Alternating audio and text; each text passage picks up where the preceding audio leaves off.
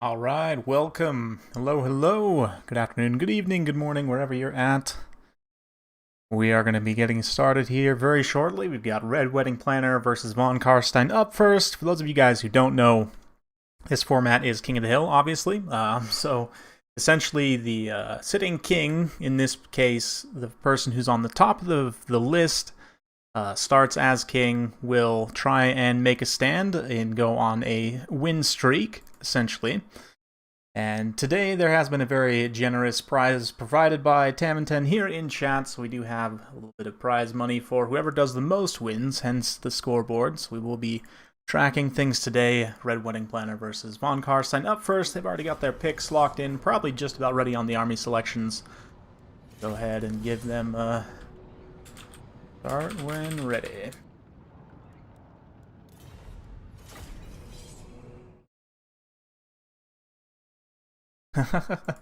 Yeah, that it may involve like a certain iconic Star Wars craft, you know, locking into attack position, but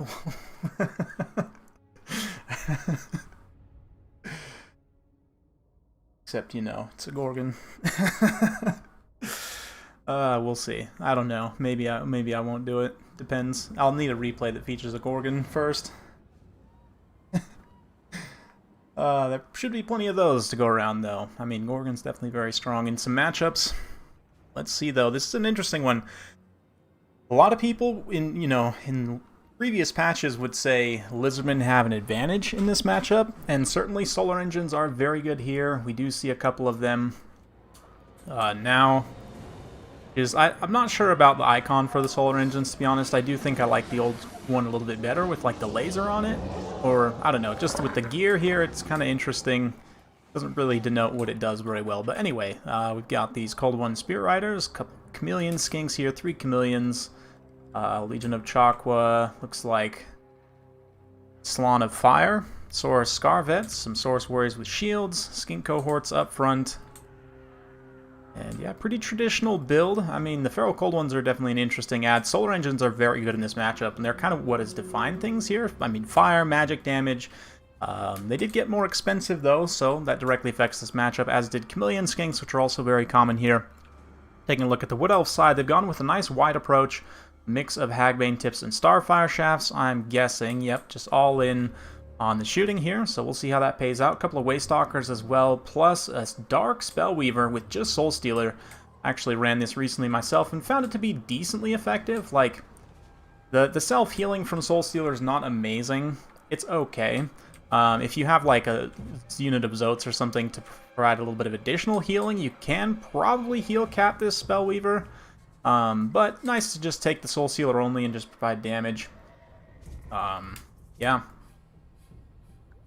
Get some pretty good casts out of that, and mostly that is what you bring it for, right? These days is the damage. Blade Rider here on the flank, couple on the low ground there. For those of you guys who missed it, by the way, I shared on the community tab on YouTube, a content creator now, if I can't remember his name, I honestly should just pull this up here. Let's go to my channel. There was a video about the hill bonus, anyway, that he used, I think it was this slope, possibly, in his video. It was a really good, like, just concise, it's like 3 minutes, just explanation of the hill bonuses and the modifiers and how they work. I actually got corrected. I always thought it was charge bonus, but it turns out actually just applies to weapon strength straight up, which is very interesting. There is some calculations with like kind of the mass impact, but I think that more just goes into throwing the unit around rather than actually dealing damage. Anyway, I'll grab that for you guys in just a minute. Let's get to the battle here as they are live. Right? Taurox doesn't like either of these. The nice thing is, Taurox, is that you can just come in after the battle and clean up shop, right? On either of these, which you would like to for both. So, them killing each other and spilling each other's blood is only good for you, right? Anyway, Loic's Blessing on these Eternal Guards, they're going to take a little less damage on the approach. The Dryads are a good pick as well to kind of start debuffing here. They also will take good fire damage, obviously, and magic. They have a little bit of physical resistance, weakness to fire, so the Solar Engines are a nice counter there, but you largely here would want to be counter-firing the Hagbane Tips, the range units as soon as they come into range. The ground force here for Lizardmen is going to be a little bit thin on infantry. Like, these Saurus will fight, and they'll do alright. But with the concentrated bow fire here, it does look like, yeah, I guess these are actually skinks. Nicely placed. Burning Head, though, does absolutely cream one dryad there, so they got straight up barbecued. That's fine. Chameleon skinks are maneuvering out here. They could get tied up by these Glade Riders. They're going to have to try and pull back to get some cover. Not a lot of cavalry to try and respond to that. But the Chameleon skinks, you know, ideally if you could get them back, start harassing some of these Glade Riders, but in here I think the Solar Engines, yeah, definitely need to be focusing the Glade Riders and trying to counterfire them right now. Like, Feral Cold Ones are kind of a fire and forget unit right here. They do end up baiting out a few volleys, which is alright, but Solar Engines really need to stay on task, and this one I think kind of mistargeted on the Dryads there, is falling a little bit far forward, but still, infantry fight's going pretty well. You've got the Saurus Scarvets here that can definitely hold this infantry fight for an eternity. I mean, 47 melee defense. None of these Elven units really have enough melee attack to consistently get hits on them. But Slann definitely in some danger here. Old Ones gets popped. Dark Spellweaver jumps in to try and take things out. And just the focus fire here, very good on the one Solar Engine. Also good use of that Arrows of Kurnos there. But there's no...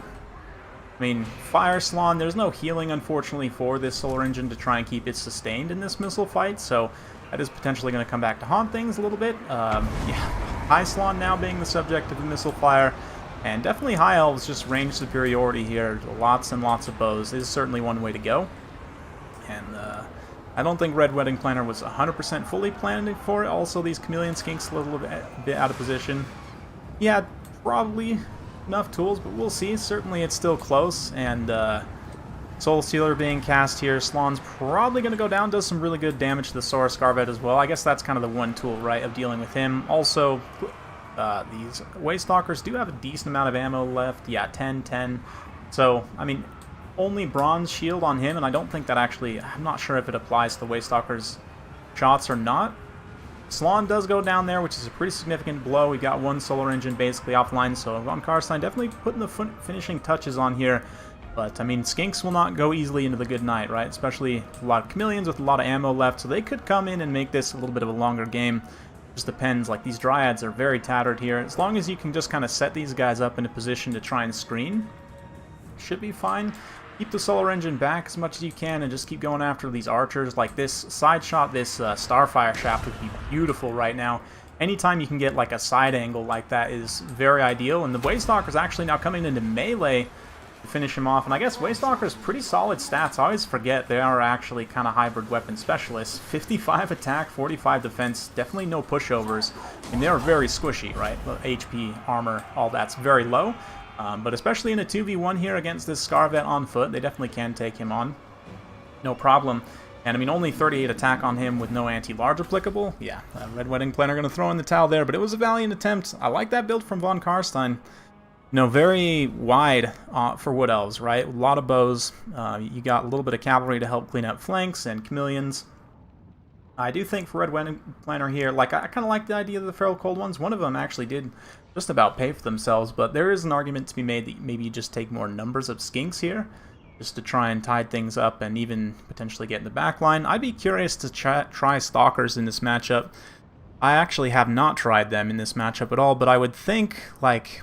you face charge Dryads, it's probably not going to win, but I wonder how much damage you do with the precursor weapons. Also, potentially with some Vanguards trying to get in your opponent's back line, you know, after those cavalry have moved up. Interesting. I'll kind of have to rethink this matchup a little bit, but definitely props to Red Wedding Planner for bringing a Fire Slann. It's a little bit of a fun pick. Probably not the most competitive, but definitely awesome. And did some pretty good work here. The Chameleons, again, a little bit out of position. That tends to happen. And the Solar Engines, credit to Von Karstein here for dealing with them. I mean, he didn't just bring his bows in, you know... I mean, they were kind of, in a way, piecemeal, but also at the same time, like, they weren't all presented at the same time.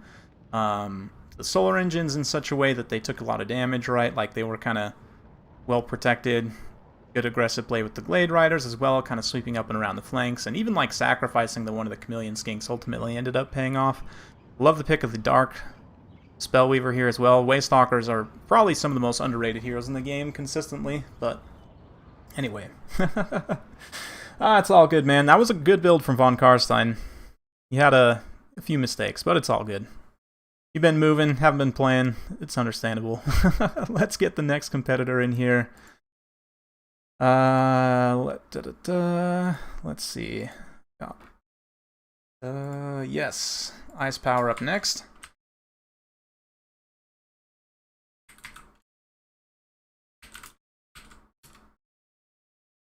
Cool. Get some more music playing in here. It's a fun one though. Yeah, I don't know. I need to try Stalkers in that matchup. Like, I wonder how well it would work, or maybe it wouldn't work at all if your opponent went cav heavy. Because like Wild Riders with the shield rather, I think I have 55% missile block chance. I want to say. Double check me on that. They might be some of the only cavalry in the game with that high of a missile block chance. I think there's only a handful of units that have silver shields, like as cavalry. But yeah, I don't know where I was going with that. Totally just distracted myself picking the map. Yeah, Wild Riders, that's right, missile block chance. So, I mean, I just don't know though. Like, if you go full on, and in this rule set, you still can go like 5 chameleons, 5 stalkers, and see how that goes. I mean, maybe with 2 solar engines, I have to look at that cost setup and see where that leaves you for Lord and Hero selection. I mean, the good news with Lizardman now is, like, they have a lot of options, so you can kind of pick whatever your poison is to fill the price bracket you need. Like, unless you're trying to build it around a specific Lord, you can pretty much find a cost-effective Lord that's going to be there, regardless of the cost that you want them. You know, you've got, like, Tic-Tac-Toe something like 600 points base. I mean, it's crazy, and he's actually, like, not the worst at that price. Like, he can be cost-effective, so it's kind of fun in that way, building Lizardman armies, and that you can kind of just build your army first and then think about your Lord with whatever funds you have left. Just kind of the reverse way a lot of other armies are built, but yeah. It'd be interesting though. I do need to try Stalkers in that matchup.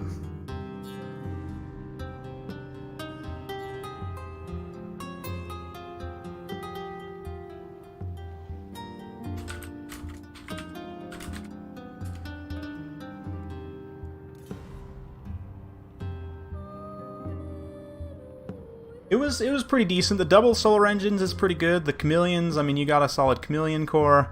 Like, the Fire Slan, I think, from a build perspective, is the one pick. I would say you probably just want to take a high Slan instead, because that gives you healing.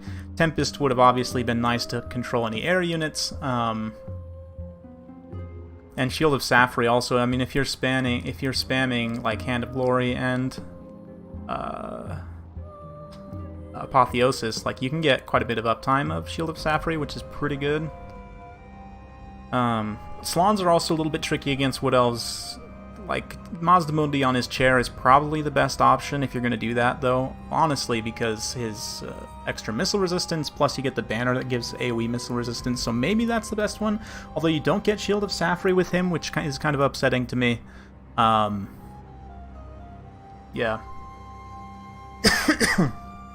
But, I mean, yeah, they're definitely a pretty solid army overall. There was just a few things I would tweak.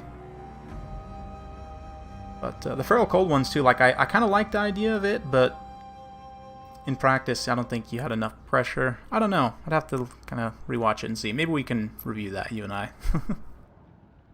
But, an interesting matchup.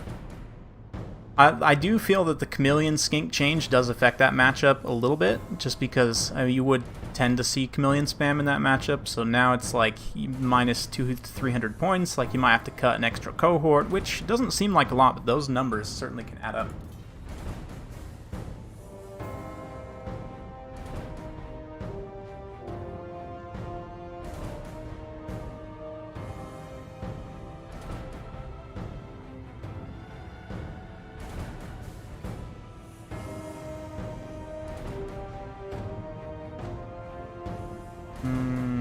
Chaos. Ooh, Chaos versus Empire. Love this matchup. Very nice. So, again, for those of you guys who have not seen one of my King of the Hills before, the way the format works, Sitting King picks and bans 2 factions of a faction they have not played yet, or they can choose to play the same faction as in the previous game with no bans, right? So you can see people, Ice Power, who's now in playing as Chaos here, famously is gone. I think the historic run on my channel is him with Dark Elves at one point, went on like a think it was like a 7 or 8 win run. And it was one of the longest King of the Hills I ever did, and it was mostly just like, okay, let's play until somebody beats Ice Power. But yes, occasionally people will go and put on a clinic with their chosen faction, but generally, I mean, the way that the factions are balanced in this game, you would probably see counter picks or people attempting, you know, what they think are counter picks. You know those matchups well, sometimes you can kind of bait people into them, but yeah, interesting. Been a lot of fun. And it'll be a good game here today. Got quite a few good players coming up on the list as well. List is still open. I mean, I'm going to be going for probably at least 3 hours, hopefully. We'll see. There are some other tournaments, of course, happening today as well. I think, is Rebel Duck of War live right now with his? Or is, I know the tournament itself is going, right? But I don't know if he's like, what part of it he's casting. I should probably look. Oh yeah, it's actually in about 10 minutes starts, so you guys can flip back and forth on your browser there, or, you know, maybe multi-device, get like your TV and your phone going or something. Range-specific Lord, it's interesting, you know, I gotta give it to Marcus, mostly because he has an AoE net, and his anti-large jam is really legit. He doesn't have the best range. Technically, I think on paper, Oxyotl has more damage output, and the damage like scaling thing on him is crazy. But I mean, the net really makes Marcus like the best pure ranged lord in my eyes, because that's the most powerful ability you can have as a ranged character. And it's an AoE net, not that long of an uptime, but it's a good one. And he himself is, again, powerhouse in terms of damage output against large.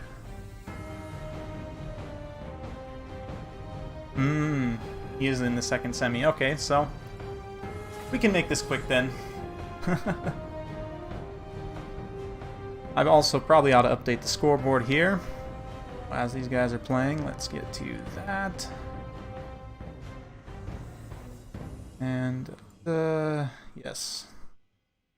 So current king is on Karstein. On cars. And we will move him to the other side if or when he gets defeated. Got these guys loaded in nice and quick. Let's take a look at the army setups for Warriors of Chaos starting out. We're going to have Archaon, the Ever-Chosen, leading the way. Definitely a very solid pick. 120 armor, physical resistance, magic damage, great stats. I mean, 6860 is a ridiculous profile. 90 charge bonus, just all around absolute beast. 5,000 HP. In terms of horse characters, he's probably, like, pound for pound, the strongest horse character in the game. There might be some others that are a little bit more cost-effective for him, but Swords of Chaos as well. And I actually recently played a game with the Swords of Chaos myself where they did fairly solidly. Like, even though cavalry might potentially be terrible in some people's opinion right now, you definitely can use them, especially in multiplayer. And 61 melee defense on these guys is pretty insane. The fact that if you give them Cascading Fire Cloak, it goes up even further, plus they get extra AP damage, and they get a damage spike from Kindle Flame. I mean, it's a great unit to synergize with Archaon. Obviously gives him extra physical resistance as well, which has some to start with, 20% I believe, so 10%. Puts him up to 25% then, which is fairly solid. Effectively 25% extra HP against physical damage, which Empire can bring some magic. Let's see what they've got. Yeah, Chaos Warriors with great weapons, just super cost effective here. Will trade well into pretty much any Empire unit in melee. Horse Masters and Horsemen up front. Got some wagons, like that. A couple of war wagons. Silver Bullets. Empire Knights. Carl leading the way up in the air. Healer. Pretty standard stuff. No Warrior Priest, though, which I always... I don't know. Maybe I'm not enough of a like high-level competitive Empire player to know, but I feel like Warrior Priests are pretty much mandatory. I mean, Carl does give you some AoE buffs, but, I mean, I don't know. Even just taking, like, just him with only the melee attack or the bombardment on foot to help support your infantry is a pretty good play. I mean, it's not super expensive, and there is an empty hero slot here for this Empire army, which don't mean to criticize, but I mean that's not how I do things. So it's interesting to see. Definitely Karl, very solid pick here. But Archaon could give him a tussle. I mean, on a straight up melee engagement, all things even, it's going to be a bit of RNG. I mean, the fact that Karl can charge Archaon without Archaon getting his charge off is a benefit to Karl being flying, but conversely, if Karl gets caught on the ground and can't, you know, charge Archaon, gets countercharged by him, that's really bad. So a little bit of back and forth early. Nice fireball connecting on these grenade launchers here. Takes out a few models. There's only 36 models to start, so nice cost-effective use of that. These Empire Knights also going to take some jabs to the face. Marauder Horsemen, Horse Masters, very good AP values, even without, you know, quote-unquote AP. 110 armor of Empire Knights is very good, no doubt, but they'll definitely take some damage. War Wagons at the same time coming forward, starting to chew at some of this infantry. We'll see. I mean, Great Swords trade okay, but you definitely want the buffs for them to trade into Chaos Warriors with Great Weapons. The Empire Knights also kind of playing forward here a little bit, screening for the wagons. The grenade launchers are definitely going to be very key to this win. They're great anti-infantry damage in general. Help detonate blobs of stuff, and the light stuff it'll just tear apart in a big hurry. Like, these Marauders already taking some pretty solid damage. You do have to be careful though. I mean, Outriders grenade launchers, probably one of the most micro-intensive units, if not the most micro-intensive unit on Empire's roster, which is why you don't see me tend to use them very much, because my micro may or may not be a little bit underwhelming at times, let's say. But, yeah, Empire Knights here just kind of holding the back line again. Not biggest loss to kind of sacrifice these spearmen. Karl's got to be careful though. He kind of dives straight into the Warriors of Chaos, or the Swords of Chaos rather. Now Archaon's exactly what I said, going to countercharge into him on the ground. Granted, Karl pops both Seeker, Reichland, Runefang probably a little bit early. He does get the melee attack buff on these spearmen, and they might be able to get a terror out. Yep, they do get a terror out on those Marauders, so that's fantastic. But Karl's in big trouble here. Took a lot of damage early on. Swords of Chaos now getting countercharged, but I mean, the Empire Knights are not going to do much there. They do have the stand your ground, so they'll be able to stand for some time, but it's definitely not going to be a great engagement. Meanwhile, across the rest of the battlefield, as you would expect, things are not going swimmingly for the Empire in melee. Well, these great swords are holding out pretty admirably. They're a little bit outnumbered here. The War Wagons are safe for now, though, and holding. Grenade launchers are also holding, so all of that's fine. Empire Knights are acceptable casualties, unfortunately. The issue here is that Archaon and the Swords of Chaos are basically untouched at this point. This is a big problem. Grenade launchers definitely making their presence felt here, though, turning this engagement pretty decisively. Great Swords are going to win that. They probably will get torn up by this next unit, but they probably have paid for themselves also in the process. We'll see. Marauder Collapse, though, is going to be too much eventually. I'm not sure why they're pulling away there. Maybe just trying to... I guess there's Empire Knights collapsing, but I would think just want to stay and take that engagement. And, ooh, nice. Burning Head. This is a beautiful placement. Just absolutely deletes the grenade launchers and silver bullets there. So, okay, I see what you were playing at now, Von Karstein. That was sneaky. Very sneaky. Archaon and his boys are also just pushing up the flank here. Great Weapon Chaos Warriors trading well, again, into everything, basically. Even though the range damage on them is good. Don't get me wrong. It certainly helps. Karl's still pretty healthy, though, and as long as Karl's still on the field, definitely don't count the Empire out. But things are looking pretty grim. I mean, Archaon's got more HP than in baseline. Yeah. Which, Lord of the End Times, you know, Emperor of Mankind, you decide who should have more HP in that situation, but I'm not here to talk too much about that. Terror route on these Marauder Horse Masters, Ice Power, just trying to keep himself in the game at this point. Yeah, I mean, he's definitely getting a little bit of a rally going here with these Empire Knights, trying to push back those Marauder Horsemen, get some of his units from being chased off the battlefield here. Kind of standing with the War Wagons there.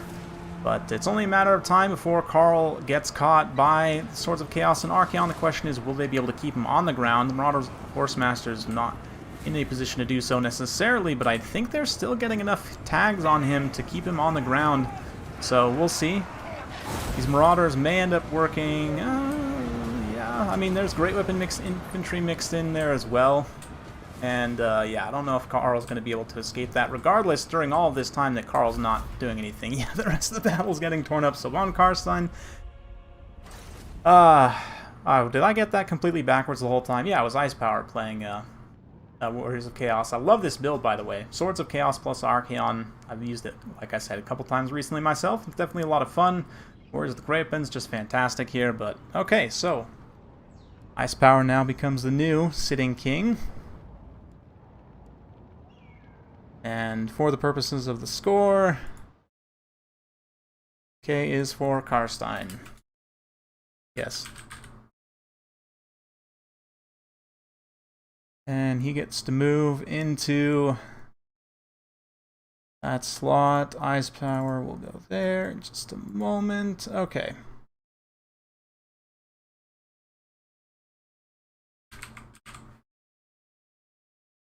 And that's fine. It's just a tiny bit. That's fine. It looks fine. Okay.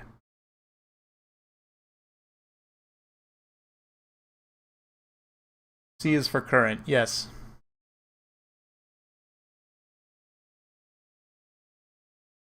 Or challenger, or I don't know. Choose what you want. That's it. Also, what it stands for is choose.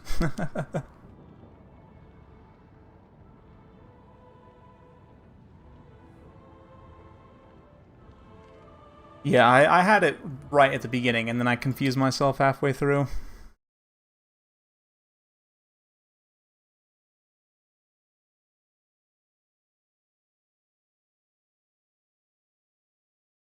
Okay, looks like we've got Lunacy up next.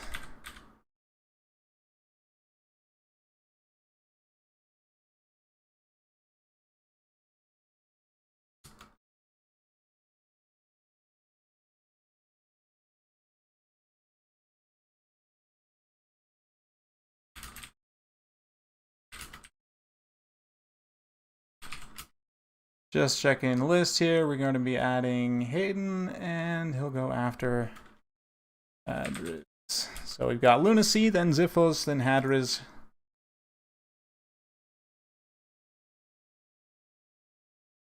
Oh yeah, Skin Wolves and Stone Trolls. I do like them against them. It can be a little bit risky against Greenskins. That's the one matchup where you can kind of get outmodeled by infantry and just trade bad. But basically anywhere you would take Archaon, it might be a good idea to also take the Swords of Chaos, is what I would say. Like, specifically as a support for Archaon, which is very fitting. I mean, it's exactly how it should be, in my opinion. But, yeah, it's fun, for sure.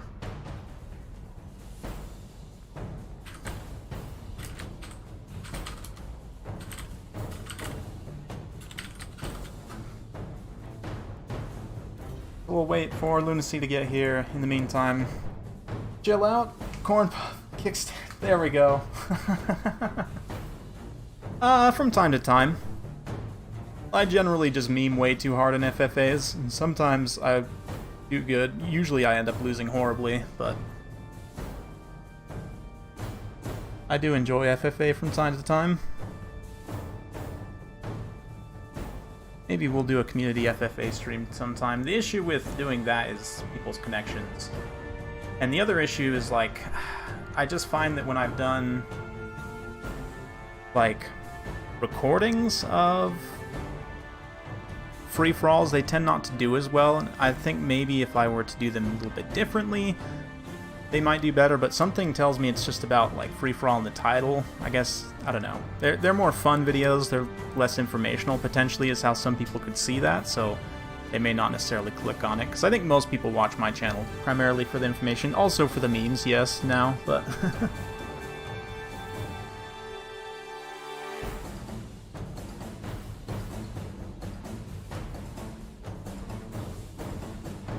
Yeah, we'll see. I don't know if Lunacy is playing in something else right now, but let's check.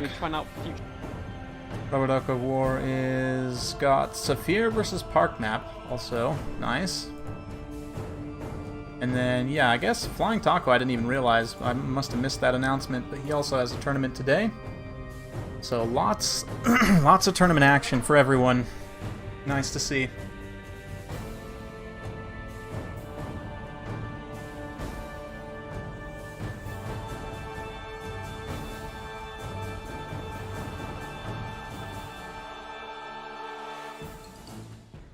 Okay, just arranging some things over here. Nice.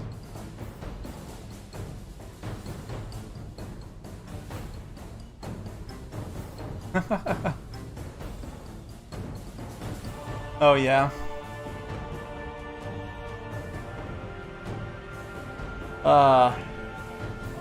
The great FF. Oh yeah, the FFA that was all undead. And that one was beautiful. It was truly, truly amazing. And I didn't even watch it. That's how amazing it was.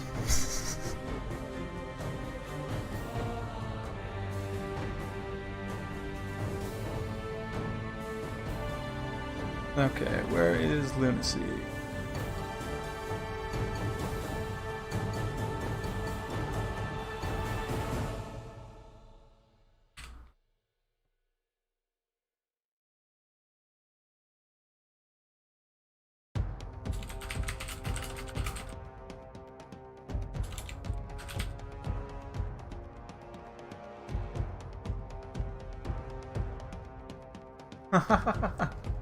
Oh yeah. I know, right? Only the best emojis for my members. Should get some more on there. I'd have to look. I think I need to maybe a couple more members. Maybe like literally like 6 more before I unlock more emojis. That's how YouTube works. But yeah. Things have been going pretty good lately. Honestly, the channel did great. Early access was awesome. Continues to be found. It gives my video update about Chameleon Stalkers did really well, which I'm happy to see. Sometimes the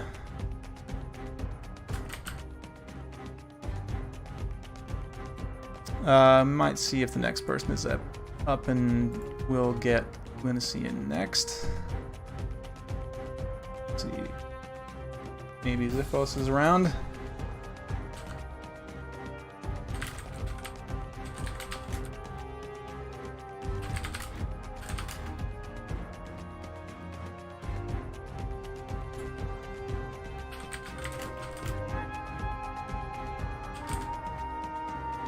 Yeah, it looks like Lunacy is in another tournament right now, which I figured could potentially happen. We'll see if Ziphos wants to fill in. I guess I could jump in for a fill-in. Ice Power will probably destroy me.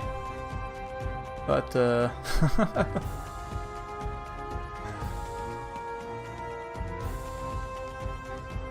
Yes. Yes!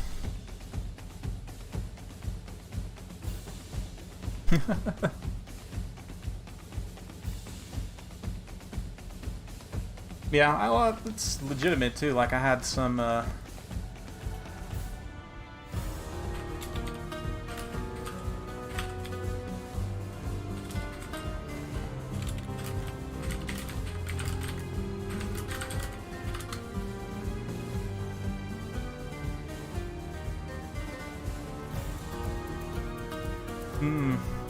Yeah, it was a good video. I mean, I had legitimate reasons to change my opinion. I saw quite a few games where people use them well. And, like, I kind of figured they would be good in that role, but I guess I just did never try it myself in the early access. And, I mean, I still stand by that they could do with a bump in model count. It's just, like, just weird to have an infantry with 68, but...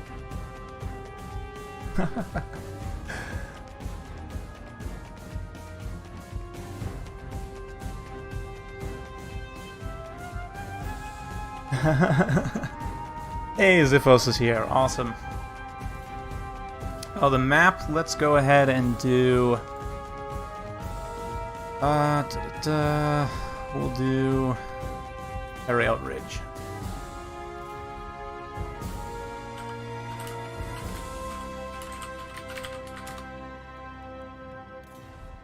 Big shout out to Ziphos for helping maintain the banner rules, by the way. He's the one who's doing the kind of graphical work. He's the reason why the banner rules look beautiful. Let's say that. So, big shout out to Ziphos. Round of applause from me. Thank you so much.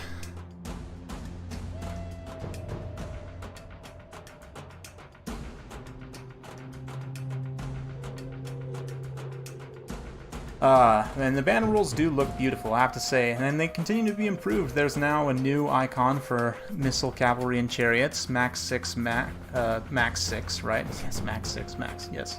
6 Max. You can now check out there. Of course, I don't know, if it's not in the description. Paste it here in chat and just real quick update the description, so it will be there for later.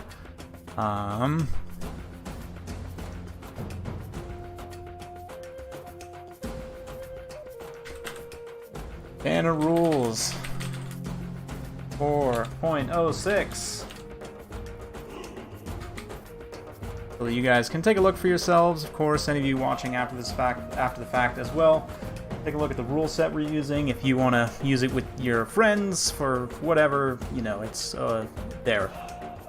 That's what we use for tournaments. At least that's what I use for my tournaments. And I'm not sure, I believe Turin is also using this. But, yeah, the state of the game right now, like, it's unfortunate that we have to take some steps. I honestly think things are not as bad as a lot of people think. There's just, like 4 or 5 bugs that are pretty bad. Like, which seems like a lot. In the past, you know, we've had maybe like 1 or 2 bugs that were pretty egregious, like the XP bug, but in reality there was a lot of underlying stuff that we didn't know about. But now it's just like the chariots, the spellcasting one's pretty noticeable, and I'm pretty sure it has something to do with dwarf magic, but I'm not sure about that. Like I don't know enough to know, but I suspect that's maybe what's going on. What maybe might have caused some issues. The AoE thing as well is pretty big.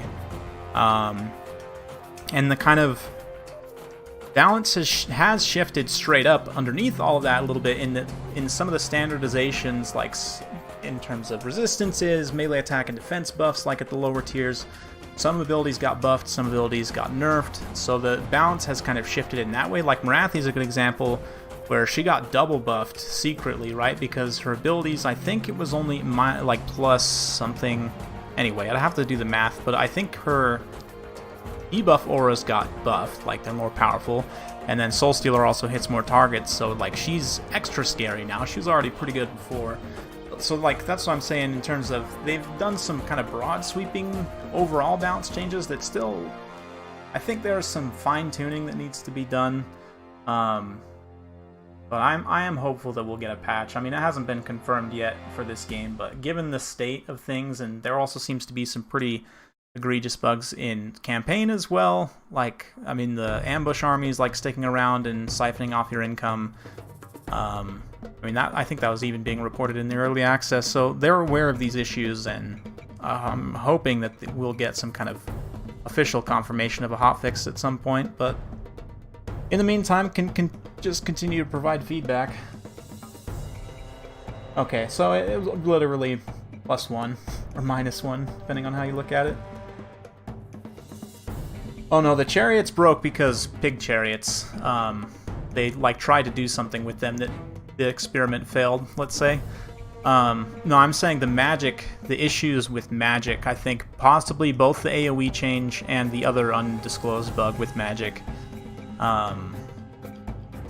I think both of those are related to dwarfs, possibly, because that's the only thing that touched that system. Anytime you start touching a system, it tends to spaghettify, as you know. Right, they did like they buffed Frenzy, and I do think Poison was not all units that had Poison. Like, most units, I should say, that had Poison, it's fine.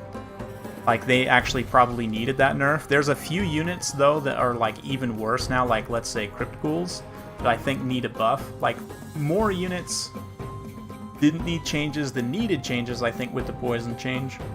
So, the way they did it is correct, but I think now they need to go back and look like, okay, what units did get Poison nerfed that are now even worse? Like Crypt Ghouls.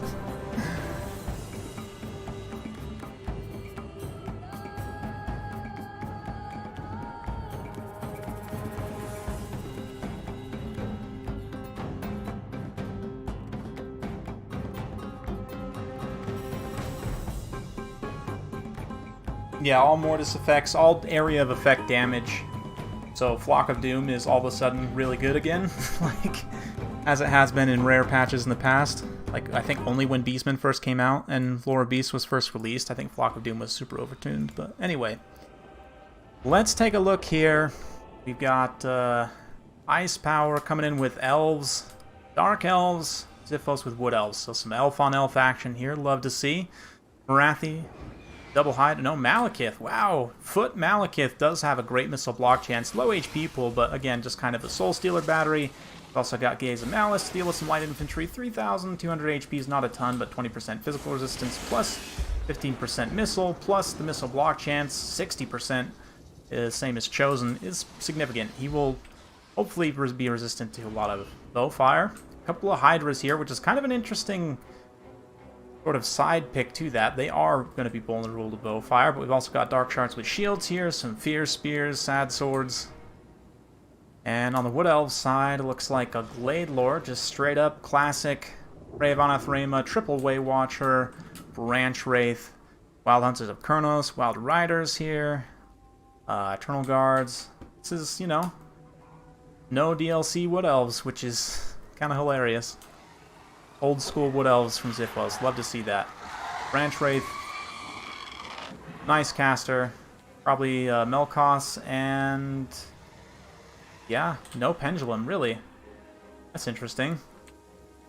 I would definitely have thought you'd see Pendulum in this matchup, but I guess not. Just Melkos and Earthblood. Going to be relying on those Way Watchers for quite a bit of damage, but they certainly can get it done. Let's see if the resistances are going to mean anything to Malekith. I almost wonder if it would be worth it to take like a Master on foot. Probably not. They're pretty expensive, honestly, for what you get out of them as a character. Like, the anti-large AP doesn't really do a lot for you here. Most people are not going to take Durthu in this matchup, but the girth of Durthu, too much.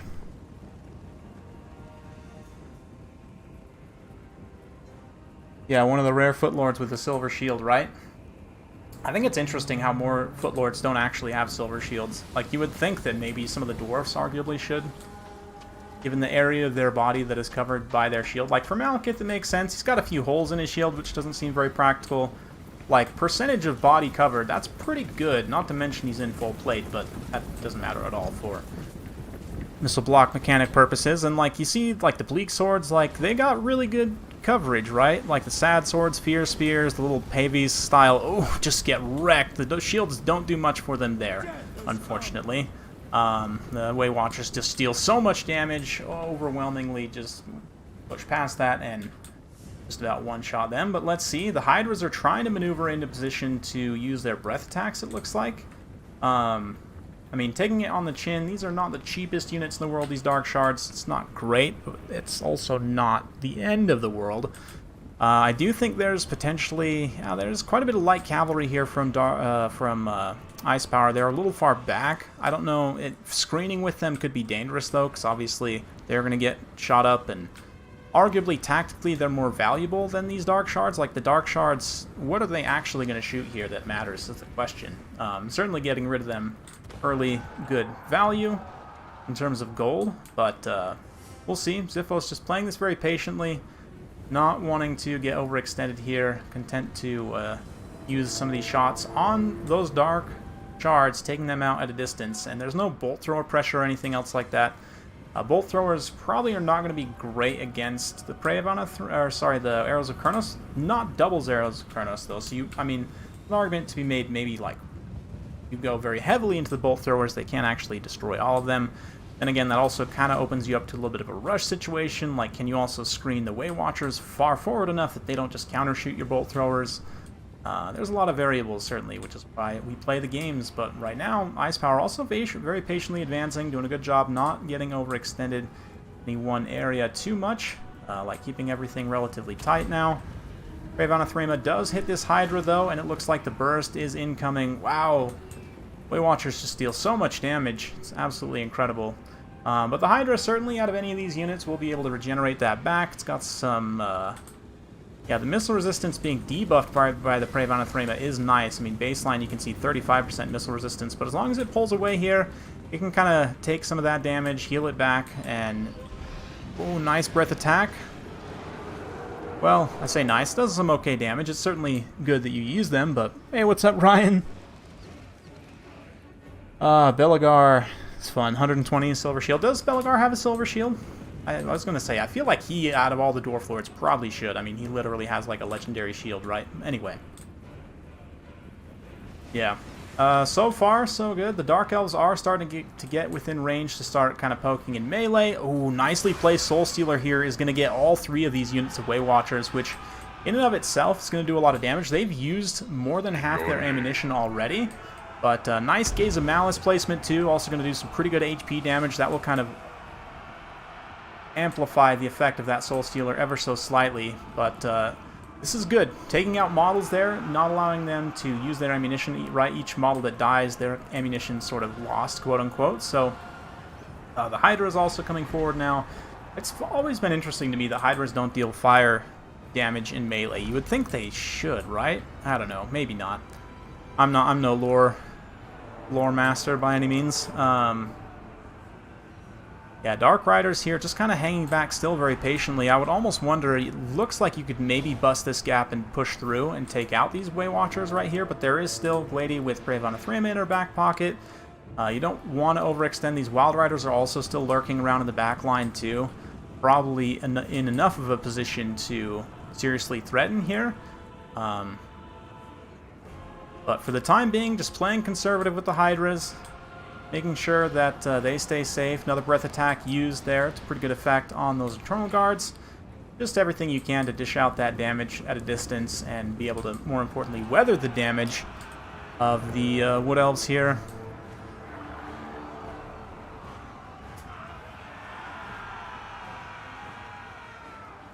Yeah, I mean, we'll see. The ammo count right now is if it's doing a pretty good job of prioritizing targets, but there's a lot of HP to get through. It looks like he's going to go for Malekith now. Problem with Malekith is that, again, that 60% missile block chance means that in his front arc, essentially, and also throwing a Soul Stealer now on these cavalry, that's going to do some nice damage. The cavalry models kill a few models there and also allow him to kind of heal through this damage somewhat. The Way Watchers, I mean, definitely dangerous to him. I would say he needs to run into this blob as soon as possible to try and shield himself somewhat from that. But Hydras get a hold of the Lady here. One of them is going to have to pull out of combat once again, but starting to take damage there from the other one. Malekith also making his way over. Beautifully placed Gaze of Malice there. Just absolutely wrecks that unit of Eternal Guard. Unfortunately, the Lady is able to sneak away, start to collapse some of these overextended swordsmen. But Ice Power still playing it very safe with his light cavalry, not overextending by any means. Oh man, the nice breath attack right into the back of that blob just blows those Dryads to pieces with the Eternal Guard. So Ice Power definitely punching back hard at this point, and now the Wild Hunters of Kurnos are going to extend here pretty hard. Wild Riders here kind of getting blocked up, so I almost think this is potentially a little bit of a mistake. I think if Ice Power countercharges with the one, yeah, sort of catch them out so you don't get countercharged. It does look like he's going to take it on the chin there, but that's fine. Oh no, that Hydra routes again. Unfortunate, very unfortunate situation. Was about to get another breath attack there. Looks like Arrows of Kurnos used to keep it routing from being able to get that breath attack back, and those Wild Riders are also going to try and get back there. Ice Power desperately trying to get that Hydra back in action with these, just offering these Dark Shards like, please, please sacrifice us to Kane. And so they will. But as a result, the Hydra briefly is able to come back, start to regenerate some of his HP, very important.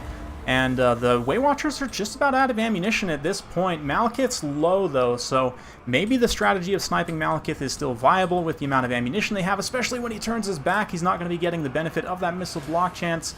We can mouse over the tooltip here from the front, right? It is sort of the front 180 arc, so Malekith now getting a second Prey of Anathrema. He is not in that front 180 arc. Breath attack is used, though, to try and push away the Dryads. Balance of power still going pretty decisively in Ice Power's favor, though, as it seems there's not enough ammunition to finish off both Hydras, at least according to the balance of power. Now, we'll see.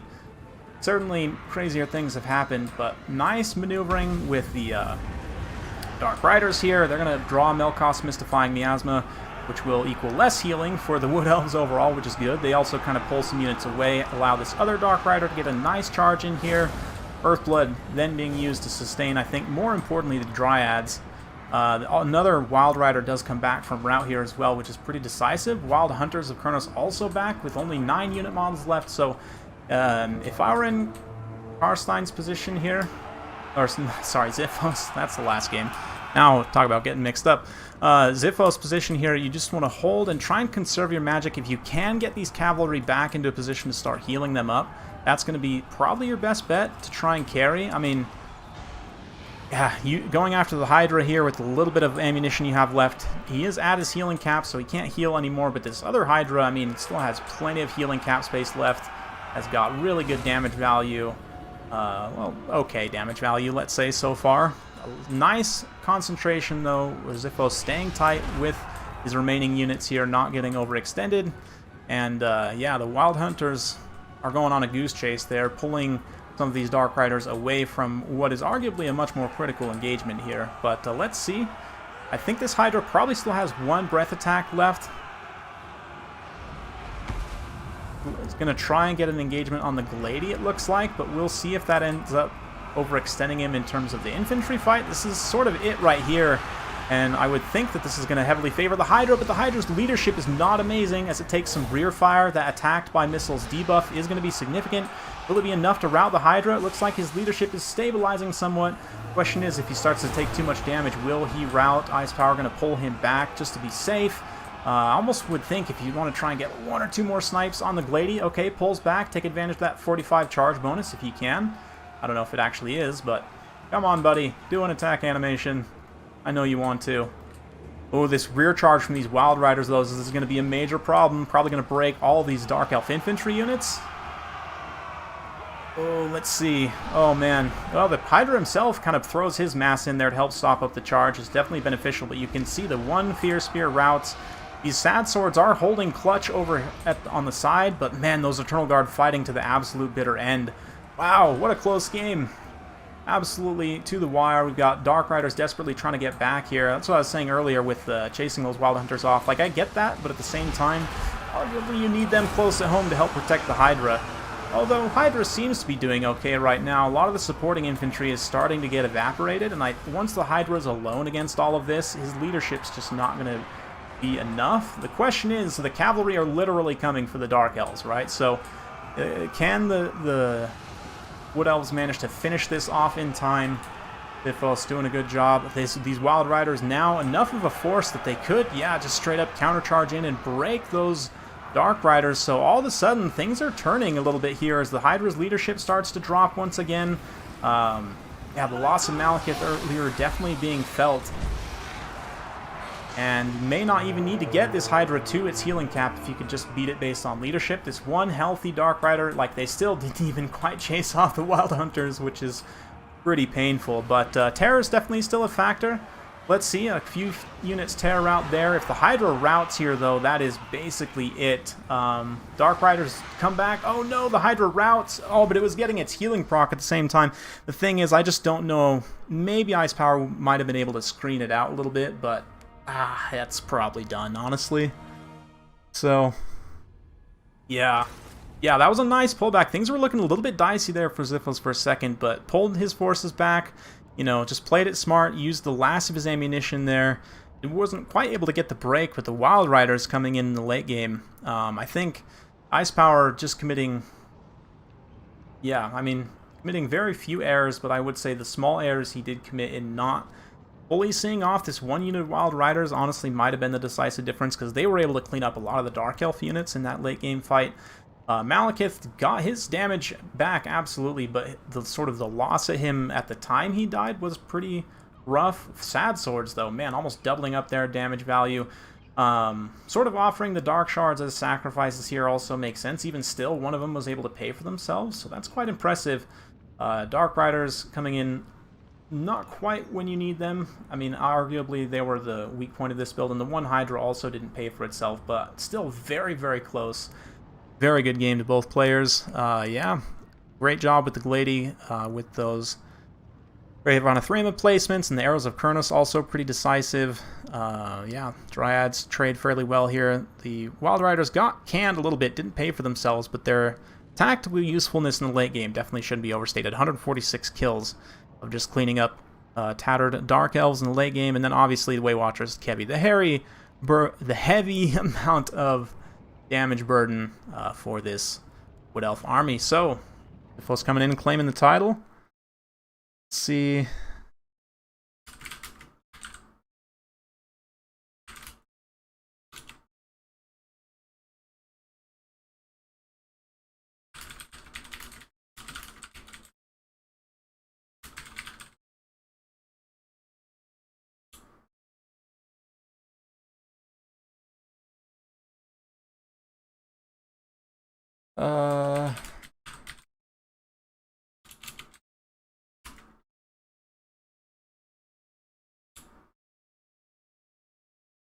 Let's go ahead and just skip past that for now, actually, and we'll go to the next person, which is Hadris.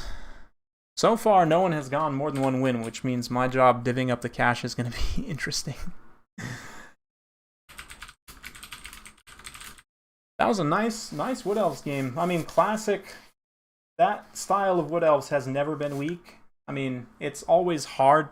It's one of the hardest things, I would say, to actually pull off in terms of micro, like, because you need positional micro, you need good targeting priority, your units are squishy, so it's fairly unforgiving. I mean, you do have some healing, but...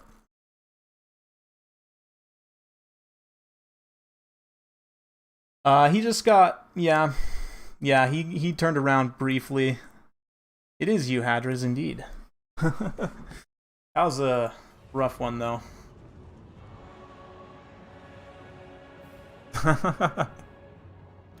Yeah, I mean... The Hydras almost were able to sustain all the way through it. I do think Ice Power had the tools he needed to win there. It was a really close game. It was a good game.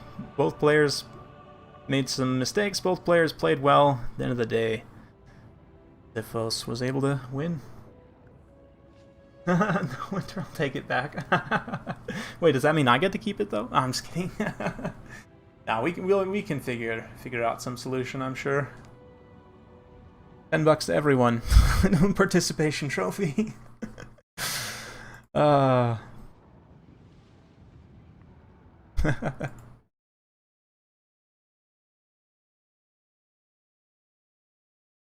I mean, it's small mistakes. In a really close game like that, it's the small mistakes that will get you. And you didn't make, like, any really egregious mistakes, I would say, but just small things.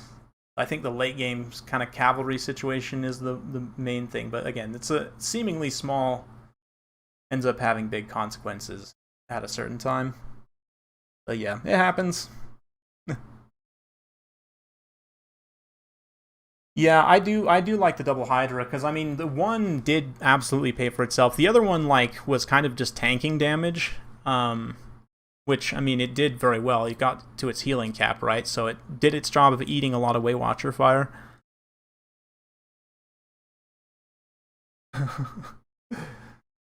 Versus the Sitting King, best of 3. Okay, I mean...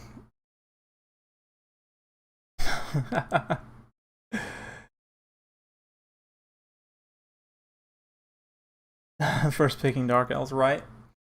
Well, yeah. Yeah, and at Zifos Wood Elves too. It's like, I wouldn't want to fight that.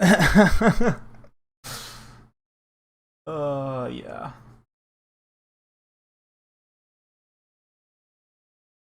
Yeah, against a player like Zifos, with his Wood Elves, any small mistake, that unit's gonna die to Way Watchers. Like,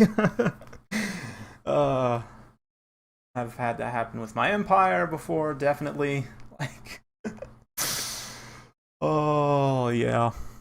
Damage resistance can only get you so far, it turns out. Oh, fun stuff, though.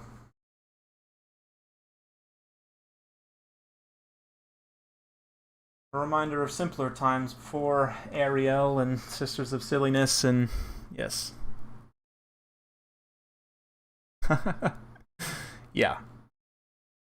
Yeah, like of people I would not want to face like playing the Wood Elves. Xiphos is in the top 5, maybe the top 3, for sure. What's up, Hadris? Oh, the map. Oh, the map. Oh, you want me to pick a map? Pick a map. Okay. For real though, let's do. You guys want me to pick a map? Fine. I could pick Troll Country. No, I won't do that. I feel like I just play the same 5 maps every day, though. This one's a little dark, but it'll do. Eschen. Not Clan Eschen, but the town of Esken.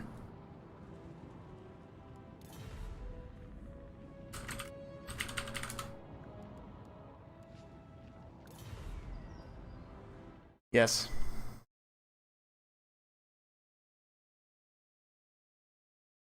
Yeah, Lizardman's okay. It's not my favorite to play. The lack of like fast cavalry is a little bit of a pain to me. Yeah, Lizardmen are very strong right now.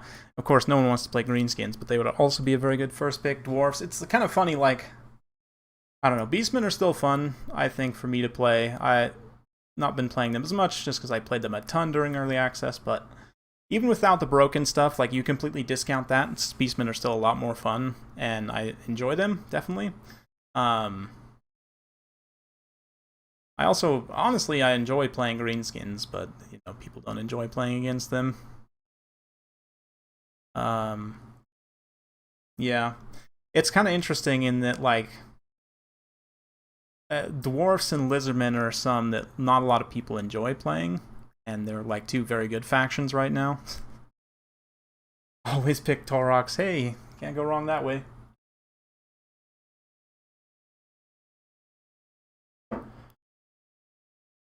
Doing good, though. Doing good.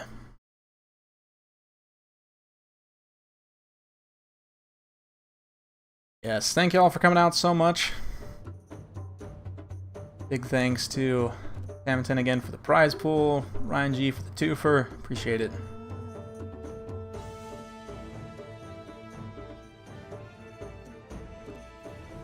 Let's see.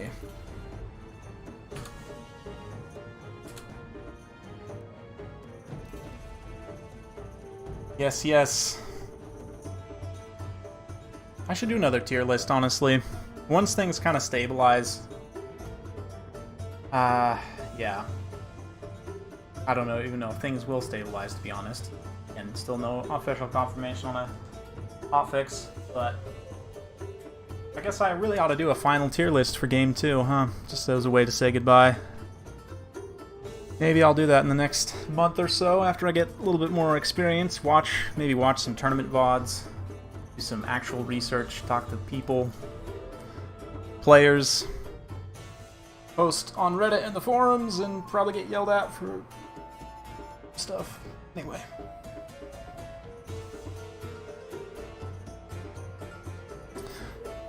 Lore of Magic tier list? I could do that, yeah. It's interesting, because Beast is, like, worse, but at the same time better. Like, I don't know if it's really worth it. I mean, Flock of Doom is amazing right now because it's bugged, but, like, the buff spells I think are pretty good. I need to do some more playing around with them and see, but, like, Curse of Onrare I've seen used to pretty good effect. Somebody sent me 2 replays, both of them, well, one was High Elves, one was Dark Elves with the Beastcaster on a dragon, which I thought was pretty fun. So I'll probably cast those. But oh, Pistoliers are always S tier. That will never change. They are the best. Anyway.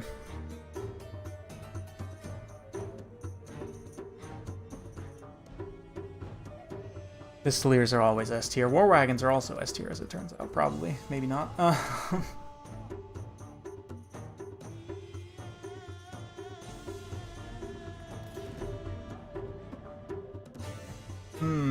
If I had to give a little bit of a precursory look, though, probably, I mean, definitely Beastmen, without the bugs, probably, I don't know, actually, without the bugs, they're still probably S tier.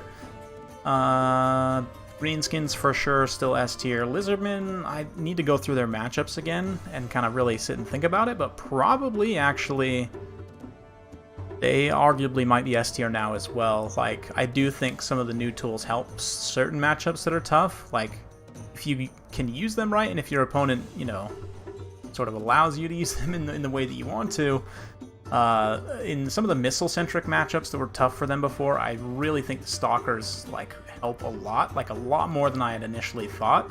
Just because a unit that you can kind of expect that it's going to come from any angles, but then that requires you to position and plan in such a way that potentially you may end up just missing out on them anyway if your opponent plays very patiently. They could get in on your artillery and missile units and just completely ruin them very quickly. And their detection range is one of the shortest, I think. I don't know. I need to do more research on detection range and exactly how all of that works. That's like one of the game mechanics I'm least familiar with the actual underlying values of it, but I want to say Chameleons and Stalkers both have one of the shortest like spot ranges for any unit that has baseline stock. I could be wrong on that, but I mean, you have to get right next to them for most units, it seems like, for them to notice. Oh yeah, Taurox is S tier for sure.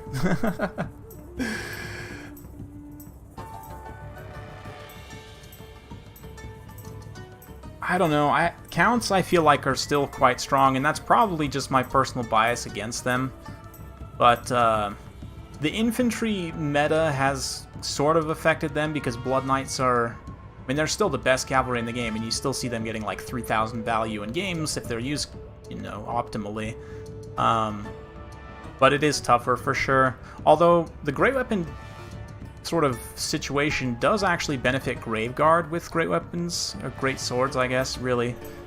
They're anti-infantry, they don't have a ton of weapon strength, but they're, you know, 90 armor, they're decent stats. The fact you've got a lot of passive healing and buffs for them also means they're pretty decent.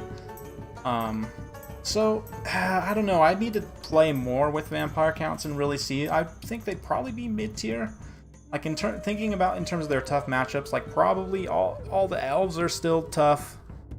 Dwarfs are probably tougher than they were before. I do think one thing that would affect them in the tier list, how I do the rankings, is that, like, Beastmen was one of their easiest matchups, and now that one is even, probably.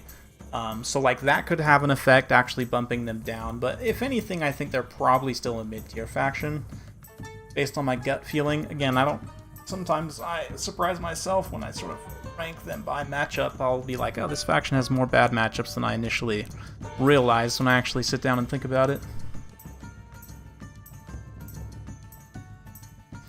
Yeah, they are easy to abuse, it's true. Only so many ways to kill a halberd right now. Vampire counts lack most of them. You can just politely ask your opponent to stand in a straight line, please, so I could win to death you. That would be great.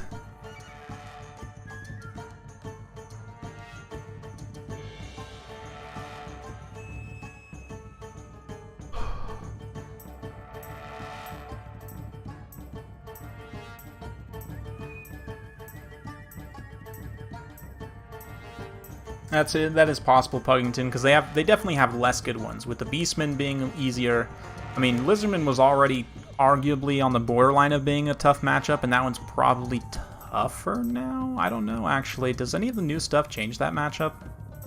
Now that I think about it,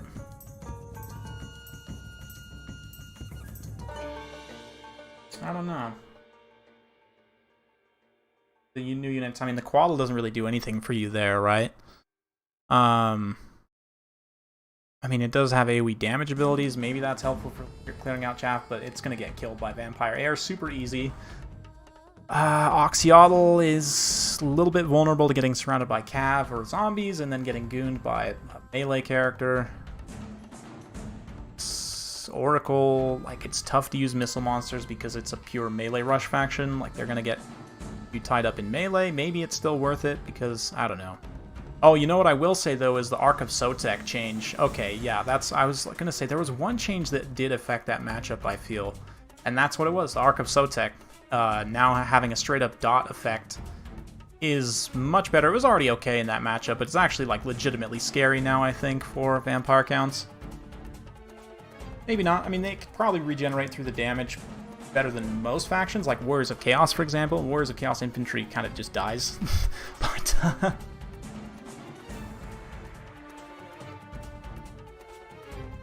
yeah, Greenskins, that one's been even to Greenskins favored for a while, but that didn't really change at all, right? So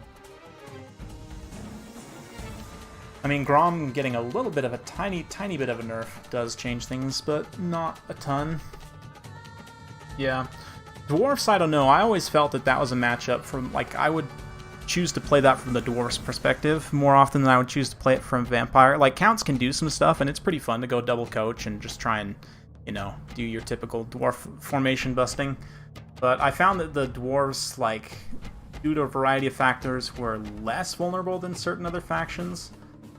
I wouldn't necessarily call them a counter, but I don't know. I would say that matchup was arguably even before. Maybe not. If you're really good with your coach micro and like Graveguard, if you have the right build with everything, you probably can win that matchup, but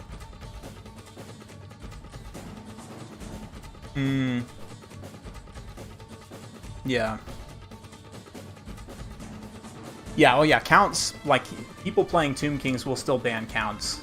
And same thing with KotH, right? Like, they are the best against both of the, and I would say overall they're probably the best undead faction right now. Vampire KotH is really not very good right now, unfortunately. Or fortunately, depending on how you look at things.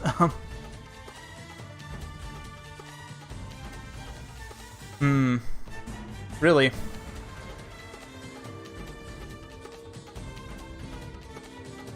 Interesting. Yeah, the smoke bombs, and like stacked with the Rune of Speed, I guess does shut down a lot of your like coach play. The buffs, actually, their infantry can hit against like Graveguard and stuff a lot better. I don't know. Am I kind of hitting it on the head there with what's changed in that matchup? Because besides that, I guess the double smoke bombs. I don't know though. I feel like it's kind of, engineers are squishy enough that you could potentially just bog them down with zombies and kill them with a melee character. Like, probably a White King kills them. I don't know. Are KotH the worst multiplayer faction at the moment? I don't know. I don't know about that. Maybe, actually. See, the thing is, Norska is a meme, and in campaign they're terrible, but they're actually still pretty good in multiplayer. I mean, they're very basic and predictable. I would say they're maybe like third or fourth from the bottom, but Vampire KotH might be the bottom faction right now.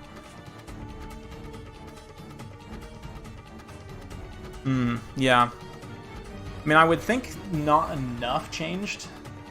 Maybe. I mean, Thorek is pretty good, and I will say the change to anvils means that you can't really summon up close if they're going to bring an anvil, which most people should in that matchup, I would think. Like, it definitely makes sense for me to take Thorek in that matchup over any other lord. But again, Thorek's not the greatest duelist in the world. Like, you could potentially goon him with something. Maybe like, even like the Red Duke, honestly. The Red Duke might be good in that matchup again to try and assassinate Dawi characters. I don't know. You are going to blow yourself up summoning up close, though, which is maybe why you just let the Necromancer do it.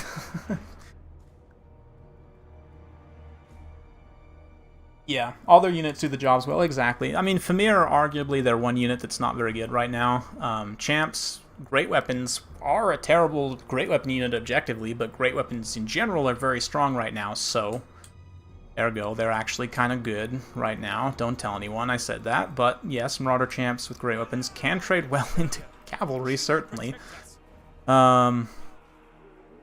Anyway. Hadris here, going with a shooting build, pew pew with Marcus. He's got a bunch of Huntsmen, Silver Bullets, and Flagellants hidden here in the woods. More Flagellants up front. They're going to be squishy targets for Way Watchers to go after, but also got some Empire Knights in the back here.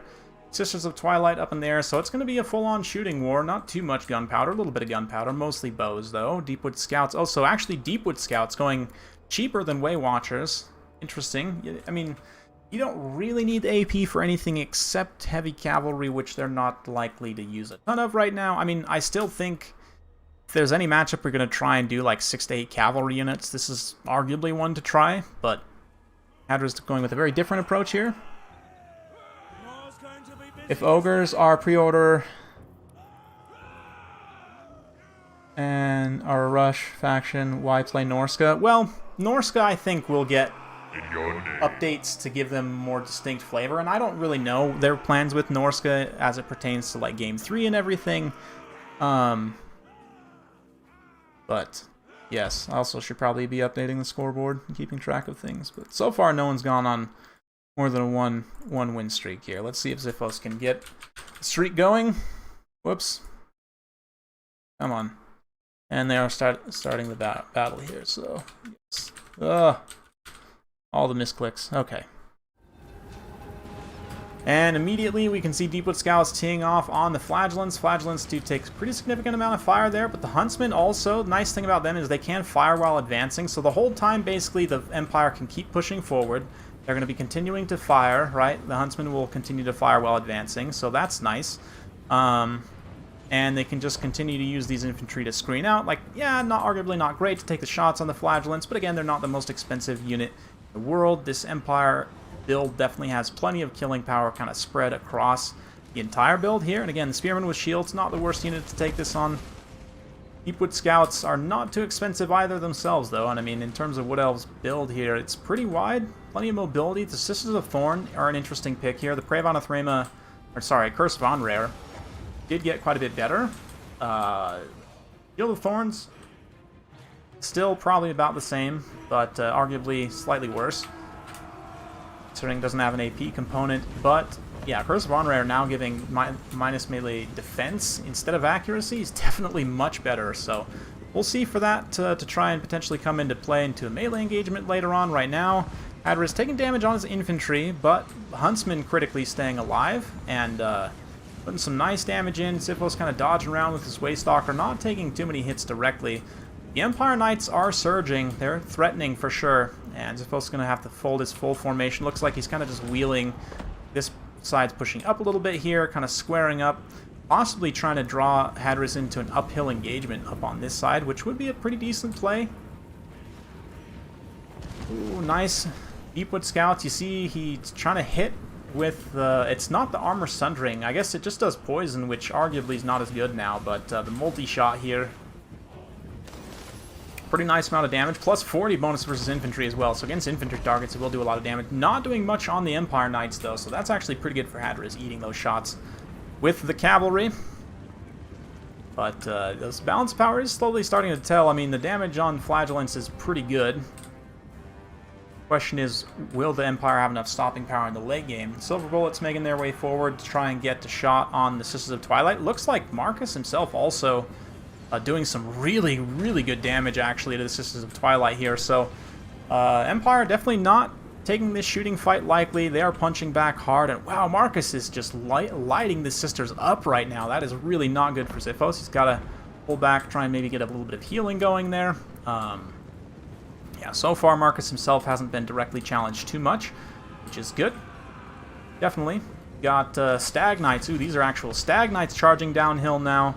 Trying to get an engagement on the Empire Knights, but in fact they do pull back there. Both players kind of feinting and retreating. Oh, both Stag Knights actually, so no Wild Riders, just Stag Knights with the Sisters of Thorn. I actually do kind of like that. All to support each other. I mean, base weapon damage versus AP damage, right? It doesn't really help as much, arguably, as it does Wild Riders, but the extra physical resistance is definitely good, and especially the big melee. Kind of like, I mean, you have the, what is it? I always forget the name. Crown of Domination. That's Archaon's thing, but wow, look at that. The Spell Singer just gets lit up by the Silver Bullets to immediately shatter her, so no more healing for the Stag Knights, no more healing for the Sisters of Twilight, as I struggle to find words here. That is a really nice pick from Hadris. That Burning Head, though, does turn treacherous and actually ends up killing a good few of his own units. RNG giveth, RNG taketh away, right? Anyway, keeping his Empire Knights well back and safe out of range right now, realizing that they're going to be a pretty critical unit to try and win here, but the Stag Knights also might push out, and it looks like they are going to make an effort to do so. Maybe try and tie up some of those Empire Knights in an engagement, but at the same time, he has to be careful. Hadris immediately seeing this, like, okay, if you're going to separate these two from the rest of your army, I will punish that, and the Huntsman This is a situation where the Huntsmen are going to be absolutely brutal. Light armor unit, you know, very expensive, large. They do have physical resistance, but only 60 armor means the Huntsmen will do a ton of damage. The Huntsmen are starting to run a little bit low on ammunition, but not so low that it's dangerous. Deepwood Scouts are going to come forward and kind of sacrifice themselves now, realizing like, hey, maybe we need to eat up some of the shots of these Huntsmen. Even shooting the Sisters of Thorn, they're almost ethereal, right? I mean, they've got, what, 40% physical resistance, so pretty significant. Another burning head there. Ooh, I think he was just trying to tag this Deepwood Scout to make them rout, but it looks like Marcus will actually hit them instead.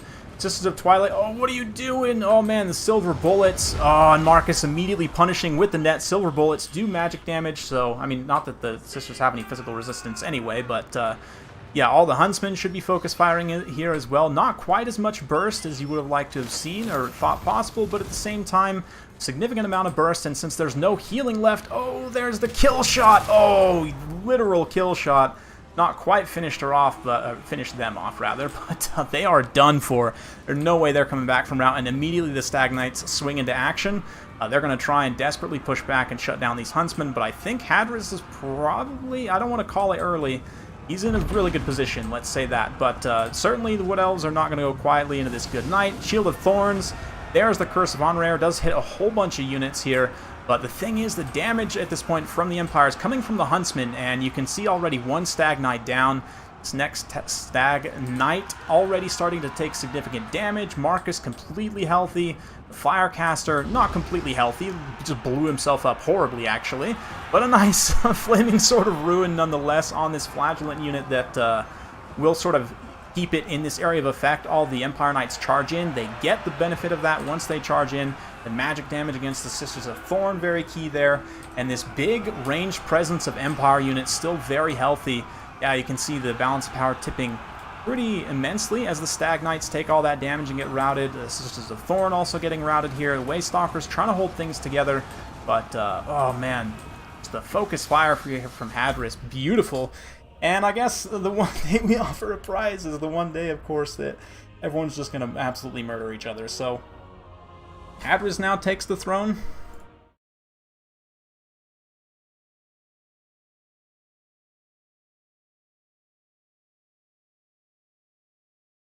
Cool. It looks like Lunacy is done.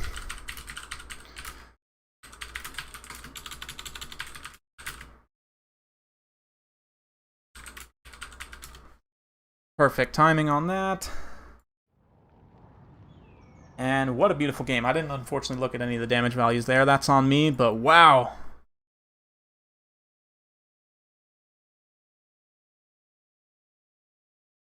Yeah, good positional game, right? That's the benefit of Huntsman there, is that you can fire while advancing. So even against something that's a non-large target like those Deepwood Scouts, I mean, they can continue to apply pressure while you're advancing and trying to corner the Wood Elves, right? Which is definitely what you're going to want to do. I mean, Xiphos definitely makes sense for him to try and kite back. He wants to prolong that range fight as long as possible, but the Empire, especially with Marcus there counter-shooting as well, I mean, he probably had a lot of damage. I might have to go back and check those values. But, yeah.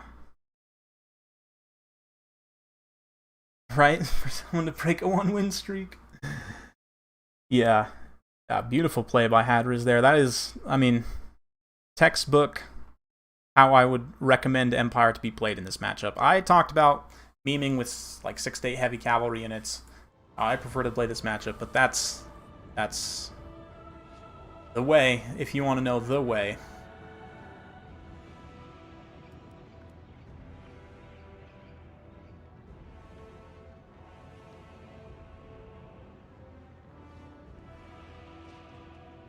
Yeah, okay, so the thing is with stocked units, right, they'll appear when they fire and then they kind of disappear again. I think if they're set to fire at will, right, if they're not specifically targeted on a target, which is frustrating for sure, but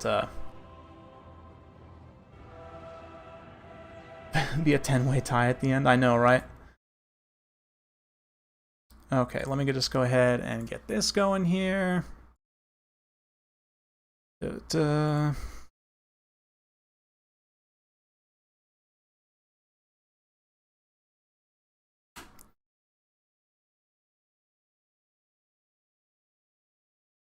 Well played to Hadris. That was well played to Ziphos as well. It was really great game by both players. That is a textbook Empire, though. Makes me happy.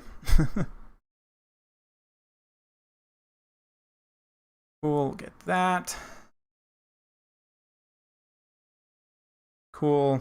Got Lunacy added on Steam here.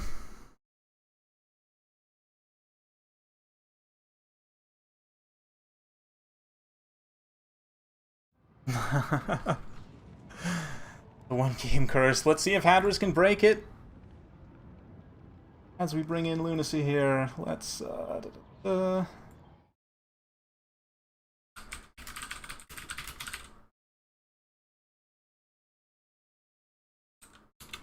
Alright, perfect.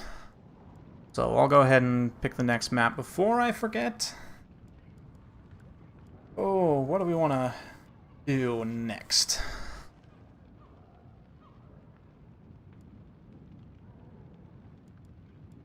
What do we want to do next? Should we do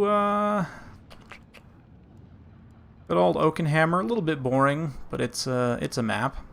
Playing a spider is more interesting. It's also just a map, but it at least has like forest all on the one side. It's in both the deployment zones, so I actually really like this map, to be honest. Like, it's not completely symmetric, mostly symmetric and balanced. Like, really has some interesting terrain features as well. It's a lot from what you would want out of a multiplayer map. Like, I guess it'd be kind of interesting. Maybe this would be good for the devs, too, to look at multiplayer maps potentially for Game 3. Like, what, in my mind, makes a map good for multiplayer? Like, what, I guess, would be the criteria? Like, flat maps are okay. Like, a lot of people think that multiplayer players just want pure flat maps only, and that's really not true. In fact, for myself, I would much rather have, you know, 3 or 4 interesting terrain features. It just has to be balanced. Like, both players have to have the same amount of interesting terrain features. Give or take, you know, there's some leeway there, but for the most part, yeah, and I mean, like, El Engui is a good example, right? It's a map that's not asymmetric. You could even argue is not completely balanced, but it's mostly balanced. Certainly, one side does start with more forest to be able to deploy in initially, but at the same time, the other side also still has a like depth of forest to move into. And in general, I would say it needs to be just even, and also not too many like movement blocking pieces. Like, a lot of the maps have especially impassable terrain that's connected to the edge of the map, because under most tournament rules, if it's connected to the edge of the map, it counts as the white line, right? So you can actually be white line camping pretty far out because of the impassable terrain. And I mean, just in general, like, choke point battles are not good for multiplayer. Like, you want to have space to maneuver and utilize tactics, right? Certainly it would favor factions like Dawi if we did battles with like choke points or whatever, but in general, like, some maps may have a single impassable, you know, freestanding terrain piece, like a giant rock or a pillar or something that is not connected to the edge of the map. Therefore, you can, you know, slide your unit and sort of use it to anchor your flank, but your opponent can still flank all the way around that terrain piece potentially. You know, so it's not like a straight up choke point, but still utilizing the terrain to your advantage. And like, a few little chunks of impassable terrain here and there are actually arguably a good thing, right? Because it does kind of break up the flow a little bit, allows you to sort of create new lines and new spacings. And sometimes you actually can create like a very loose choke point, like between 2 rocks, right? Like, you set up your line kind of, Pillar of Bone's a good example. You can, from the one side, like, kind of move up and set up with the rocks where you're not white line camping, but you still have a fairly secure overall position. Like, it's not blocking them from flanking you, but it just takes them a little extra time to flank you because of those impassable terrain pieces.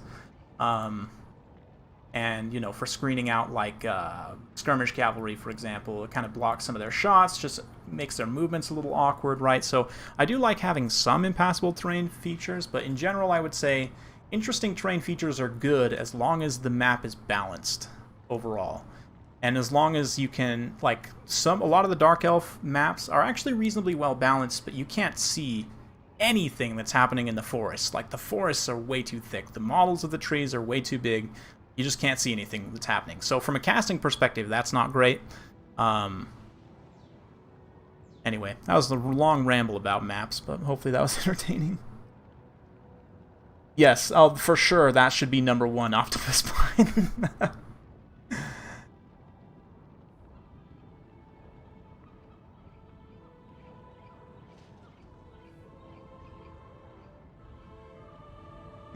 Yeah. Yeah, I was wondering too, like, if he sees which one you're targeted onto and he pulls that unit back to kind of pull your Deepwood scouts out of position potentially. I don't know. It's a kind of a chess match in that way, but yeah, let's see what they can do. See what they can do. I'll switch the scoreboard real quick, as I should have done. Now I have Hadris. And you know what? Just for fun, on the other side, we're going to put all. Because literally everyone has got 1 win so far, so everyone's a king today. You're a king, and you're a king, and you're a king.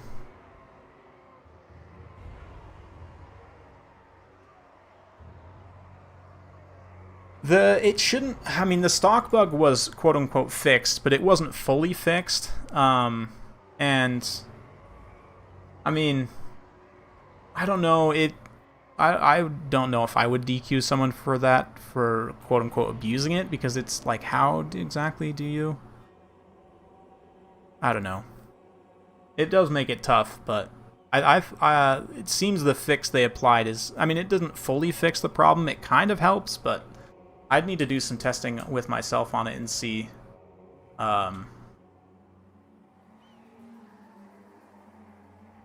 You gotta win in my heart.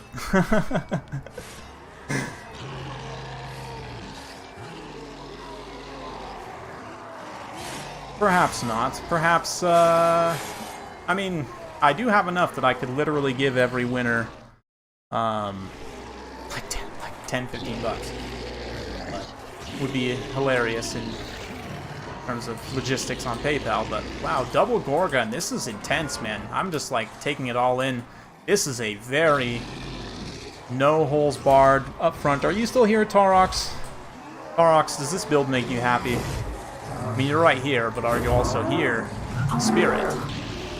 Because we've got the Blood Brute, we've got another Gorgon, and Taurox just blowing things up in the center. Korok's Man Rippers, some Ungor Spearman herds, a couple of Ungor herds as well. The 1 OP Chariot with the caster. Yes. Very Shaman of Death. Spirit Leech and Purple Sun along with the Tuskor Chariots. Interesting to not see. That is. A Jabberslythe. Like, I would think you'd want to go Gorgon plus Jabberslythe. Maybe I'm wrong about that. For me, the Jabberslythe draining undead units, it's like basically doubles crumbling, and since most undead chaff, especially, has terrible leadership already, it just helps you get rid of them like more than twice as fast, possibly. I need to look at the damage scaling on the good old Jabber and see, but the Vampire Counts did bring a Mortis Engine. They've got the Clawed Nagash here, 2 Blood Knights, we've got Crypt Horror anchoring the center, a whole bunch of infantry, no Grave Guards, potentially a mistake, but double Necromancer Corpse Cart here. One's got Zombie Summons. Both have Forbidden Rods. And Strigoi Ghoul King is going to move forward. Miscasted something. Was that an Overcast Spirit Leech just to get rid of the Bray Shaman? Interesting. You didn't really need to overcast that. You could probably just move up and use the standard range of it. But hey, nice to start chewing on that early. Breath Attack as well. To be used. Oh no, Gaze of Nagash. Oh man, look at that damage on Gaze of Nagash, just sniping the caster immediately. Just like, no, your chariot. I don't like that chariot. Just be gone. So. Oh, is he gonna? Oh, don't dive for the finish. No way. I was gonna say there's no way he's gonna dive in right now.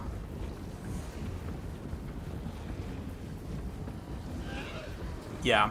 It is a big Winds of Magic sink, though, and like the Bray Shaman's actually not that expensive at the end of the day. The one more Spirit Leech will see him off, but I mean, it's a loss. It's not the biggest loss. You still got Taurox and 2 Gorgons to deal with, and I don't know. Gates of Nagash is relatively expensive. Let's see what they can do.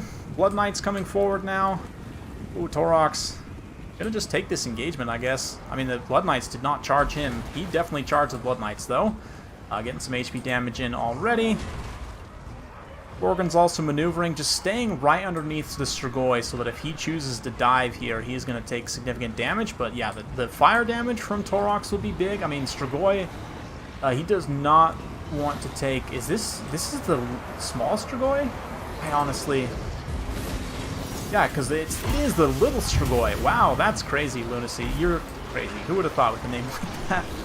But it is the mini Strigoi. It's not even the full-on Strigoi Vampire Lord, so that's interesting. Interesting to see. But regardless of which Strigoi it is, not going to want to fight Taurox in melee because of his fire damage and just ridiculous stats. That being said, neither does the Claw of Nagash, and unfortunately the Blood Knights are not in a position to stop this happening. It is in a big hurry, just absolutely demolishing.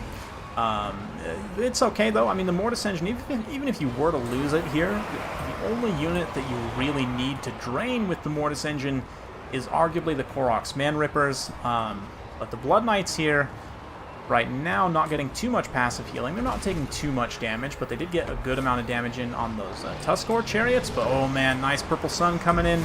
Gonna get a whole bunch of these Vampire Skeletons. Zombies, not a lot of high-value infantry, but it's just, you know, to clear out the chaff, and it does chunk out these Blood Knights. Okay, that's a really, really good get right there, and that probably just wins the battle, I want to say. And with that, Hadris will take first prize. Yeah. That's pretty decisive. Strigoi does come in and finish off the Bray Shaman once again, gets a nice tear out. Probably going to tear out some units away on the flanks, and the Blood Knights are not dead. I mean, they can still recover their HP, certainly with the passive healing here. Necromancers do not have the Unholy Lodestone, though, which is potentially a mistake. That could have been a little bit of extra passive for these Blood Knights as they kind of sit and fight here. The Claw of Nagash obviously will be healing them, but yeah, and the use of magic earlier on that Gaze of Nagash does mean that there's no magic left for Invocation of Nehek on the Blood Knights, right? So that's the thing with Vampire Count's magic usage. Like, you just gotta be careful. I mean, it always seems fun to take spells that aren't Zombie Summons or Invocation of Nehek. Like, even using Dance Macabre, which I personally am a huge fan of. Like, you just end up using your Winds of Magic too much. And granted, both the Necromancers can regenerate extra Winds of Magic here. I don't know if they've hit their Forbidden Rods yet, but certainly would be helpful. Strigoi comes in, takes a little chunk, gets back up in the air. So, like, the Vampires are not out of this yet completely. These Blood Knights getting a nice heal there. Other Blood Knights getting a rear charge, but the Mortis Engine also just getting canned here by the Bloodbrute Behemoth. That scaling damage definitely being acutely felt, and it does look like, just in general, the Vampire Count's army's not in great shape on the ground. Strigoi feeling fine, but everything else is in very rough shape. A few zombie summons still hanging around. Strigoi jumps down. Even in melee, I mean, he's got pretty good stats, but I don't know. We'll see. We'll see how this turns out with the Gorgon. I mean, you could actually charge these Necromancers. They do have 300 weapon strength on their corpse cards and 38 attack, so, like, especially in a triangle, if you get a full surround, they can actually deal some extra damage in here. But Taurox coming in with the full-on flaming double steel chair. He is just absolutely does not care. Also, now the two corpse carts are like, oh no, there's a Gorgon here, what have we done? And they're actually not taking much damage yet, which is fine. Ooh, nice breath attack. So the Bloodbrute Behemoth taking some damage. Don't forget, though, that they do regenerate while in melee, right? So as long as there's still units to fight for them, they'll continue regenerating. You need enough burst damage to finish them off. The Tuskor Chariots there do get finished. Wow. Crypt Horrors, though, and Blood Knights are also falling, and almost all the support units for the characters are gone. Taurox just getting a couple of hits there against the Strigoi. Pops Desperate Amulet, but man, I'm surprised the Necromancers are just holding out as well as they are. I guess not really much is targeting them. Everything's just trying to get the Strigoi, right? But they are just a part of this. They are indisputably a part of what's happening here. They're certainly getting their participation trophies for being involved. They're kind of just standing in the way, honestly, which is a really good use of corpse carts. I will say the corpse carts got a mass buff in the last patch, and that was secretly one of my favorite changes in the entire patch. But Bloodroot might actually get routed here, and will the vampire counts? I mean, if Strigoi can get back up in the air and start effectively cycle charging, the vampire counts actually might be able to pull this back. KotH's Man Rippers are going to give problems, for sure, and I don't think, I mean, we'll see with Torox here getting isolated. Regular Gorgon, balance power certainly in the favor of, but yeah, I was going to say, from Hadris' perspective, I think he just needs to finish off the corpse carts, and then he's golden. And yeah, the Gorgon will certainly do that, so... I mean, the corpse carts are distractions, but also once you realize, like, hey, there's necromancers on them, I probably should get rid of these guys. That little drive-by roll just did a ton of damage, too, on the Strigoi. That was kind of crazy. Just glancing blow from one of the horns, like, took out a chunk of HP there. But anyway, Bloodbrute actually might go down to, like, one Blood Knight here. No, surely he'll just kill the Blood Knight. Yep, okay. Or he dies to crumbling. As almost everything else is at this point, Necromancer is barely hanging on, but this Gorgon, man. This Gorgon, we're going to have to definitely look at the damage values. Almost 3,000 on a non-ROR. I think it even got more value probably than the ROR did here. Yeah? Wow. Wow. Woo.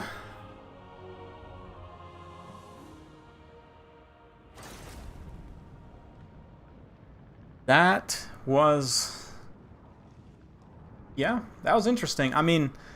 taking the Mini Strigoi is a very interesting choice. I'd have to look at their... I think they have exactly the same spell kit. I don't actually remember. And I don't remember what advantages. I know at one point I did make somebody fight the Mini Strigoi into the Big Boy Strigoi, but I don't remember actually what the differences between them were. But it's interesting to see. I mean, you almost never see the little boy Strigoi. But man, did he do a lot of work there. That is secretly a very good pick. The Gaze of Nagash thing was interesting. I do think bringing the Unholy Lodestones on both of these Necromancers would be pretty good. Like, that's even worth, like, cheaping out all these Spearmen down to just regular Skeleton Warriors and whatnot, whatever you need to do. Find that extra cost, just because not only does it give them additional regeneration, so they can more easily get to their healing cap and utilize those Forbidden Rods more, but of course also heals all the units around them. So even if you only take it on one of them, I would for sure at least take it on one. There is an argument to be made also that you should take it on, maybe you should take the Balefire on the other one in certain matchups. I don't know if that's really necessary here, as one cast was all Hadris needed to get 309 kills on a Brashame and Lore of Death. Like, the OP Chariot, I don't think was involved in melee at all, and still got a ridiculous amount of value, just because of good spell casting. So that's hilarious. The Ungors die horribly, as you would expect. KotH's Man Ripper's very solid here. And yeah, the two Gorgons, like, 2,500 value plus on both, which is incredible. Yeah, full-on Hulk mode. I like Lunacy's build to a degree. I do think, like, the Claw of Nagash, I'd maybe just go for the regular Mortis engine here to save a little bit on cost. That's maybe what you could do just straight up to give the Necromancers better corpse cards. I don't know how much that would have changed things, but certainly that passive healing, especially if you're going to be using all your magic to try and snipe this Caster Chariot early on that, not all of your magic, but a significant amount of magic, I should say, on that Gaze of Nagash early on. Yeah, interesting. You lose the Mega Heal, which didn't even really come into play there, to be honest. Like, maybe it would have helped, arguably, in the late game, but... yeah, I was going to say, I think that's primarily where most of the difference is, but... I think we're just about done for today. I mean, with 2 wins, Hadris officially claims the win. Everyone else prior to him. And, I mean... we do have one other late sign-up, but, I mean, I'll ask him if he wants to play. Aiden, if you're around.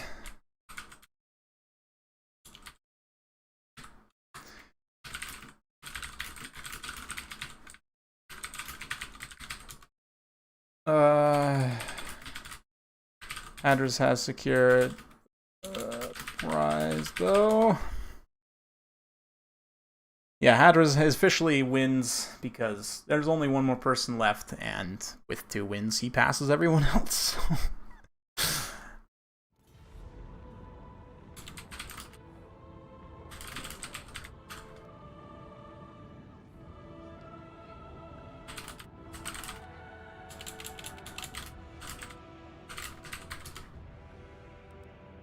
Let's see here.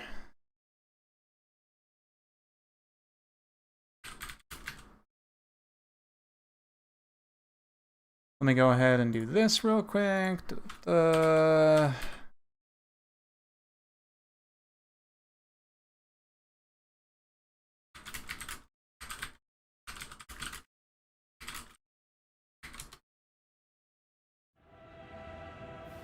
Oh, looks like he's here. He didn't even need my Steam friend code. Could just already see the lobby. Although, maybe the lobby's bugged. Maybe I have to rehost. Let's see if he can actually join. Torox, chosen by the Dark Gods. Yes! Torox is the chosen of Khorne, for sure.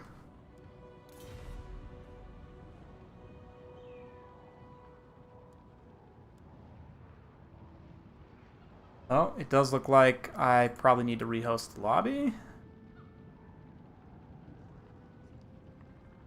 Yes. Okay, so it does look like I need to rehost this real quick.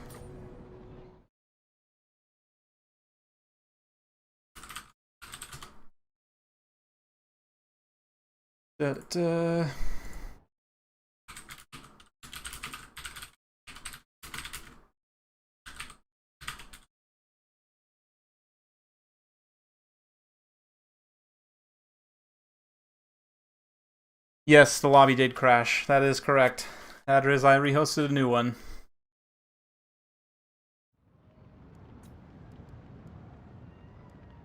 So we'll get you in here for one more. You and I will fight, but later. I actually... we'll fight those and I'll record them properly for the people to see. I also do need to go soon for a haircut, which is good. This tournament's not going too long. It's me and Slanesh ways. I'm just trying to change things up, you know? Man, I can't wait for Game 3, honestly, though. Like, September, don't get me wrong. Fantasy Troy is cool. I haven't played it. You know, I do have access to it, but I haven't played it. I can say that, I think, right? I don't know if I'm going to make any content on it, I'll be honest, because I haven't tried it. I am going to try it. Not really been a priority for me, if I'm being... Like, Troy's fun, but it just didn't, I don't know, really capture me in the same way. I do want to take a look at the historical mode, though. That seems pretty interesting to me. And, like, monsters, the thing is, like, I get why they're adding the fantasy, mythological elements to,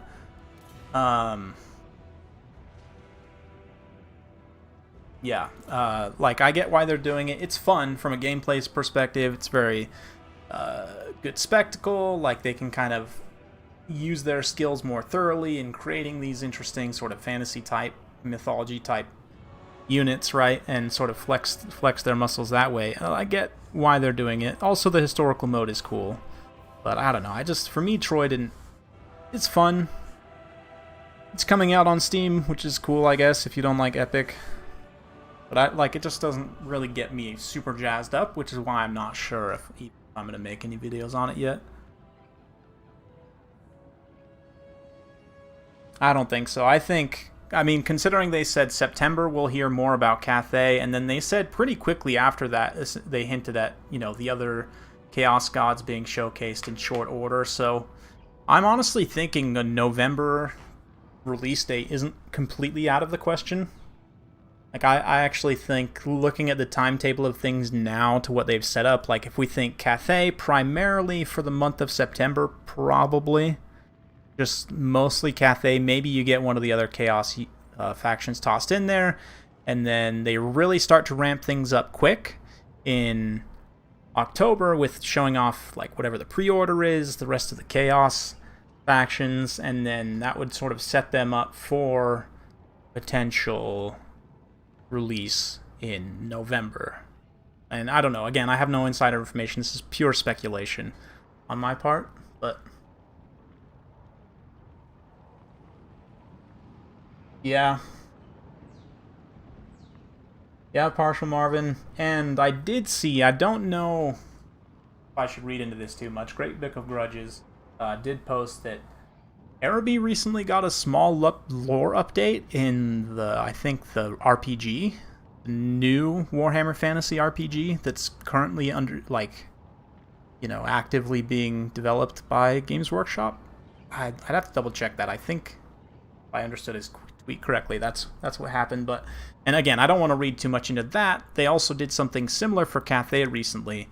I mean, the thing is, like, I'm sure Creative Assembly could do Araby and do it well and, you know, appropriately, let's say. It's more so on the Games Workshop side that I think they maybe find some of their past work a little distasteful. And that's why they're hesitant to have them represented too much. But at the same time, if Games Workshop themselves were to go in and sort of retool the lore to be, let's say, more appropriate, and then once the lore is in a better place, maybe Creative Assembly could come back around at some point and revisit that. The only issue is, like, Araby itself is very crowded right now in terms of star positions. You got Tomb Kings, Lizardmen, Bretonia's running all over the place. And then if you were to add in, I mean, I guess they could probably do like they have done before and spread at least 2 of them out the far corners of the world, right? If, let's say, they get 4 or 5 legendary lords. And I really wouldn't put your expectations anywhere near Araby ever coming out in Total War Warhammer. But it's more possible than it was before. I'd say it's maybe like 5% more possible than it was before. I don't know, because I don't know what Games Workshop intentions are, and I don't follow that tabletop news quite as closely.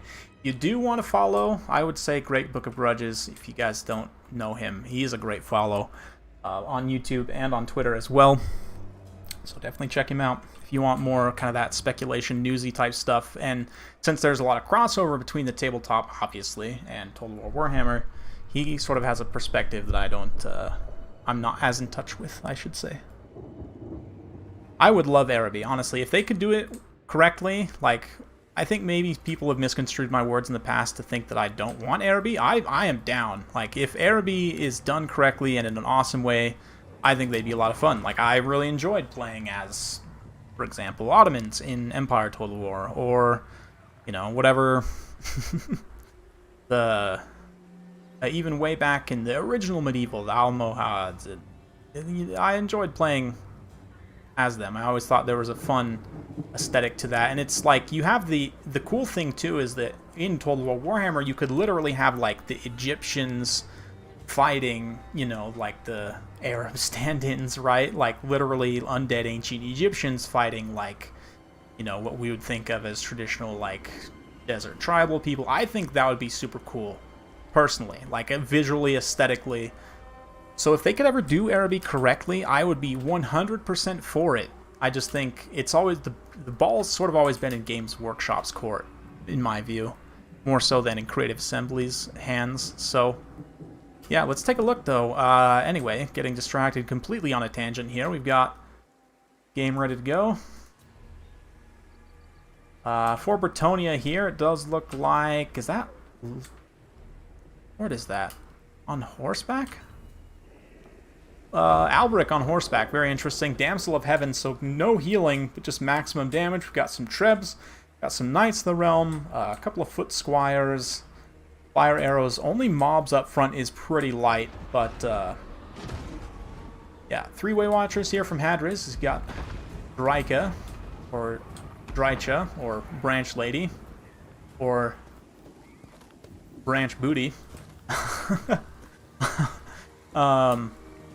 Yeah. More Dryads here. Got some Eternal Guards, Azrai Spears, Blade Riders.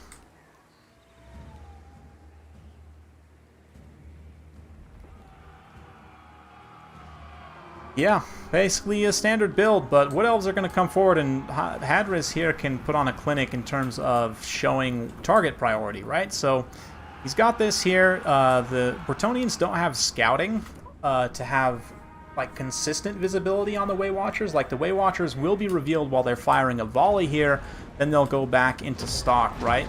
So you definitely want to get closer. It looks like right now the Trebuchets may be firing at Draco, which is definitely not the right pick. The fire arrows, yeah, it can kind of pick at her, do a little bit of damage here and there, but nice Melkos mystifying miasma. Knights of the Realms get immediately melted, so this is pretty typical of what you would see with Way Watcher play. But in terms of Bretonnia here, like, you don't have too many peasant archers to actually screen. The one unit is also going to get chased off here by some vanguarded glade riders. And then like another peasant arrow here just getting bombarded by Way Watcher fire. So pretty good stuff so far. Dryads now moving in.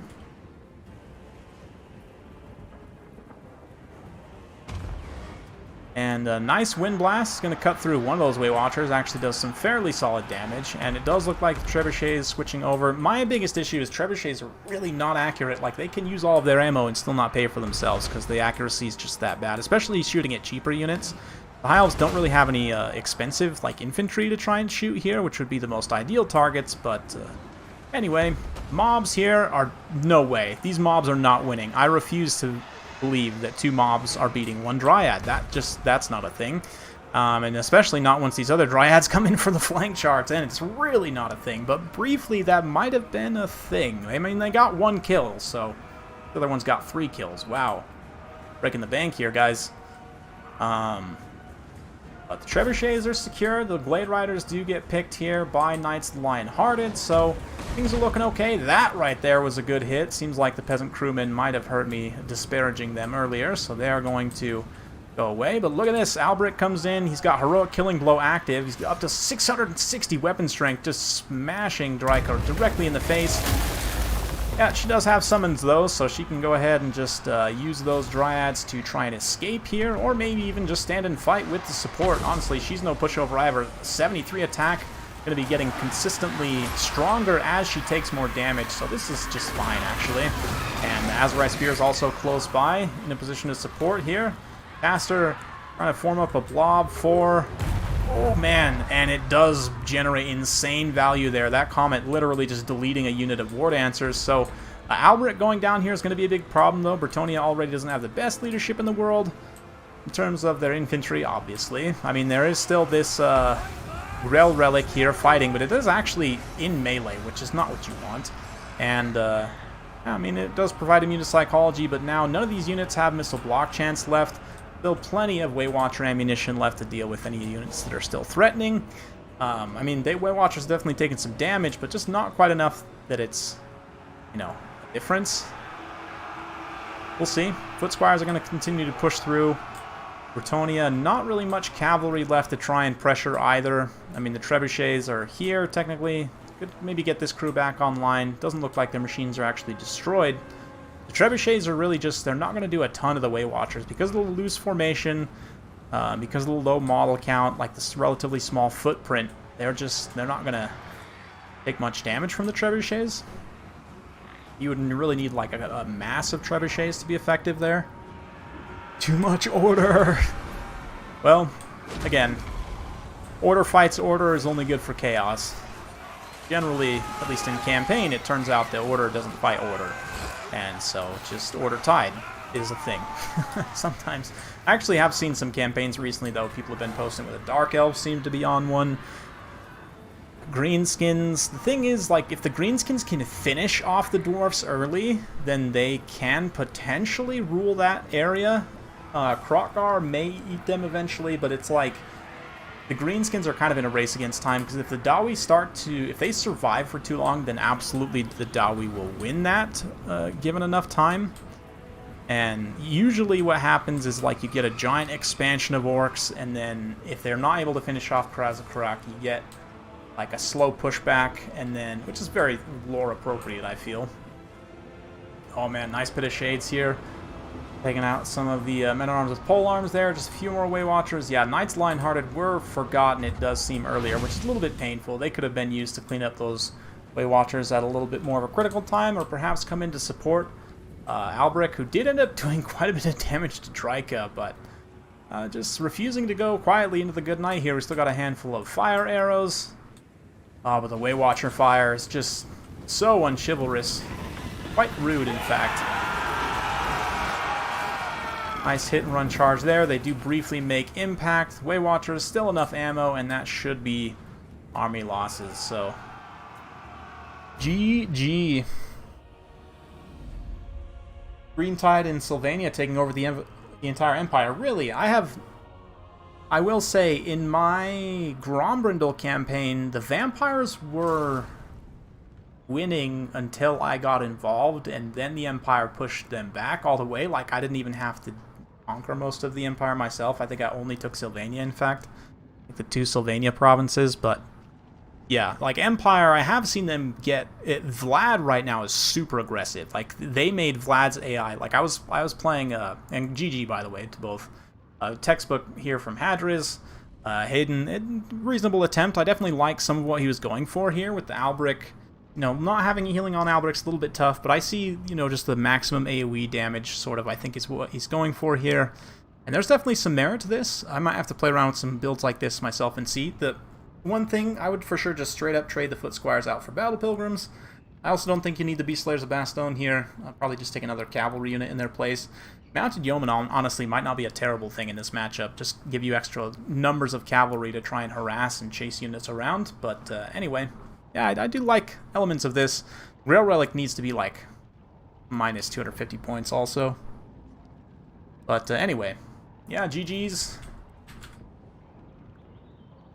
Oh, chat. Oh. Later on. Thanks for playing. Yeah, campaign's been interesting. The few campaigns I've seen recently, Order Tide has developed one time, but it's like my interference causes problems because, like, yeah. The Dark Elves do seem to go crazy at times. Vlad's AI is a lot more aggressive. So the Order Tide's not... I mean, it can sometimes fall, but I think it depends on what difficulty you're playing on, honestly. So I think maybe the auto-resolves treat them differently. But anyway, thank you all so much for coming out. That's going to be it for today. Big thanks to all the competitors who competed and played for our entertainment. It was a good one. We had some really quality games today. Yeah, just awesome stuff. Some nice elf play, nice wood elf play especially. Quite a few great wood elf games, so it's nice to see. As a person who doesn't play wood elves a ton myself, I enjoy when I get to watch other people who are very good at playing wood elves, you know, hone their craft very finely. So thank you all so much. Big thanks again to Tam10 for the prize pool for today. Yeah, you guys are awesome. You're the reason why I'm doing this. Be sure to check out... Rubberduck of War is currently streaming, so you want more multiplayer action, you can go directly over there. It does look like Ice Power, who we just had in here earlier, up against Soarve. I always mispronounce that, I'm sure. So definitely go check that out. I believe Flying Taco also has a tournament going live very soon, so plenty more multiplayer action today. Don't miss out. Check it out. Love you.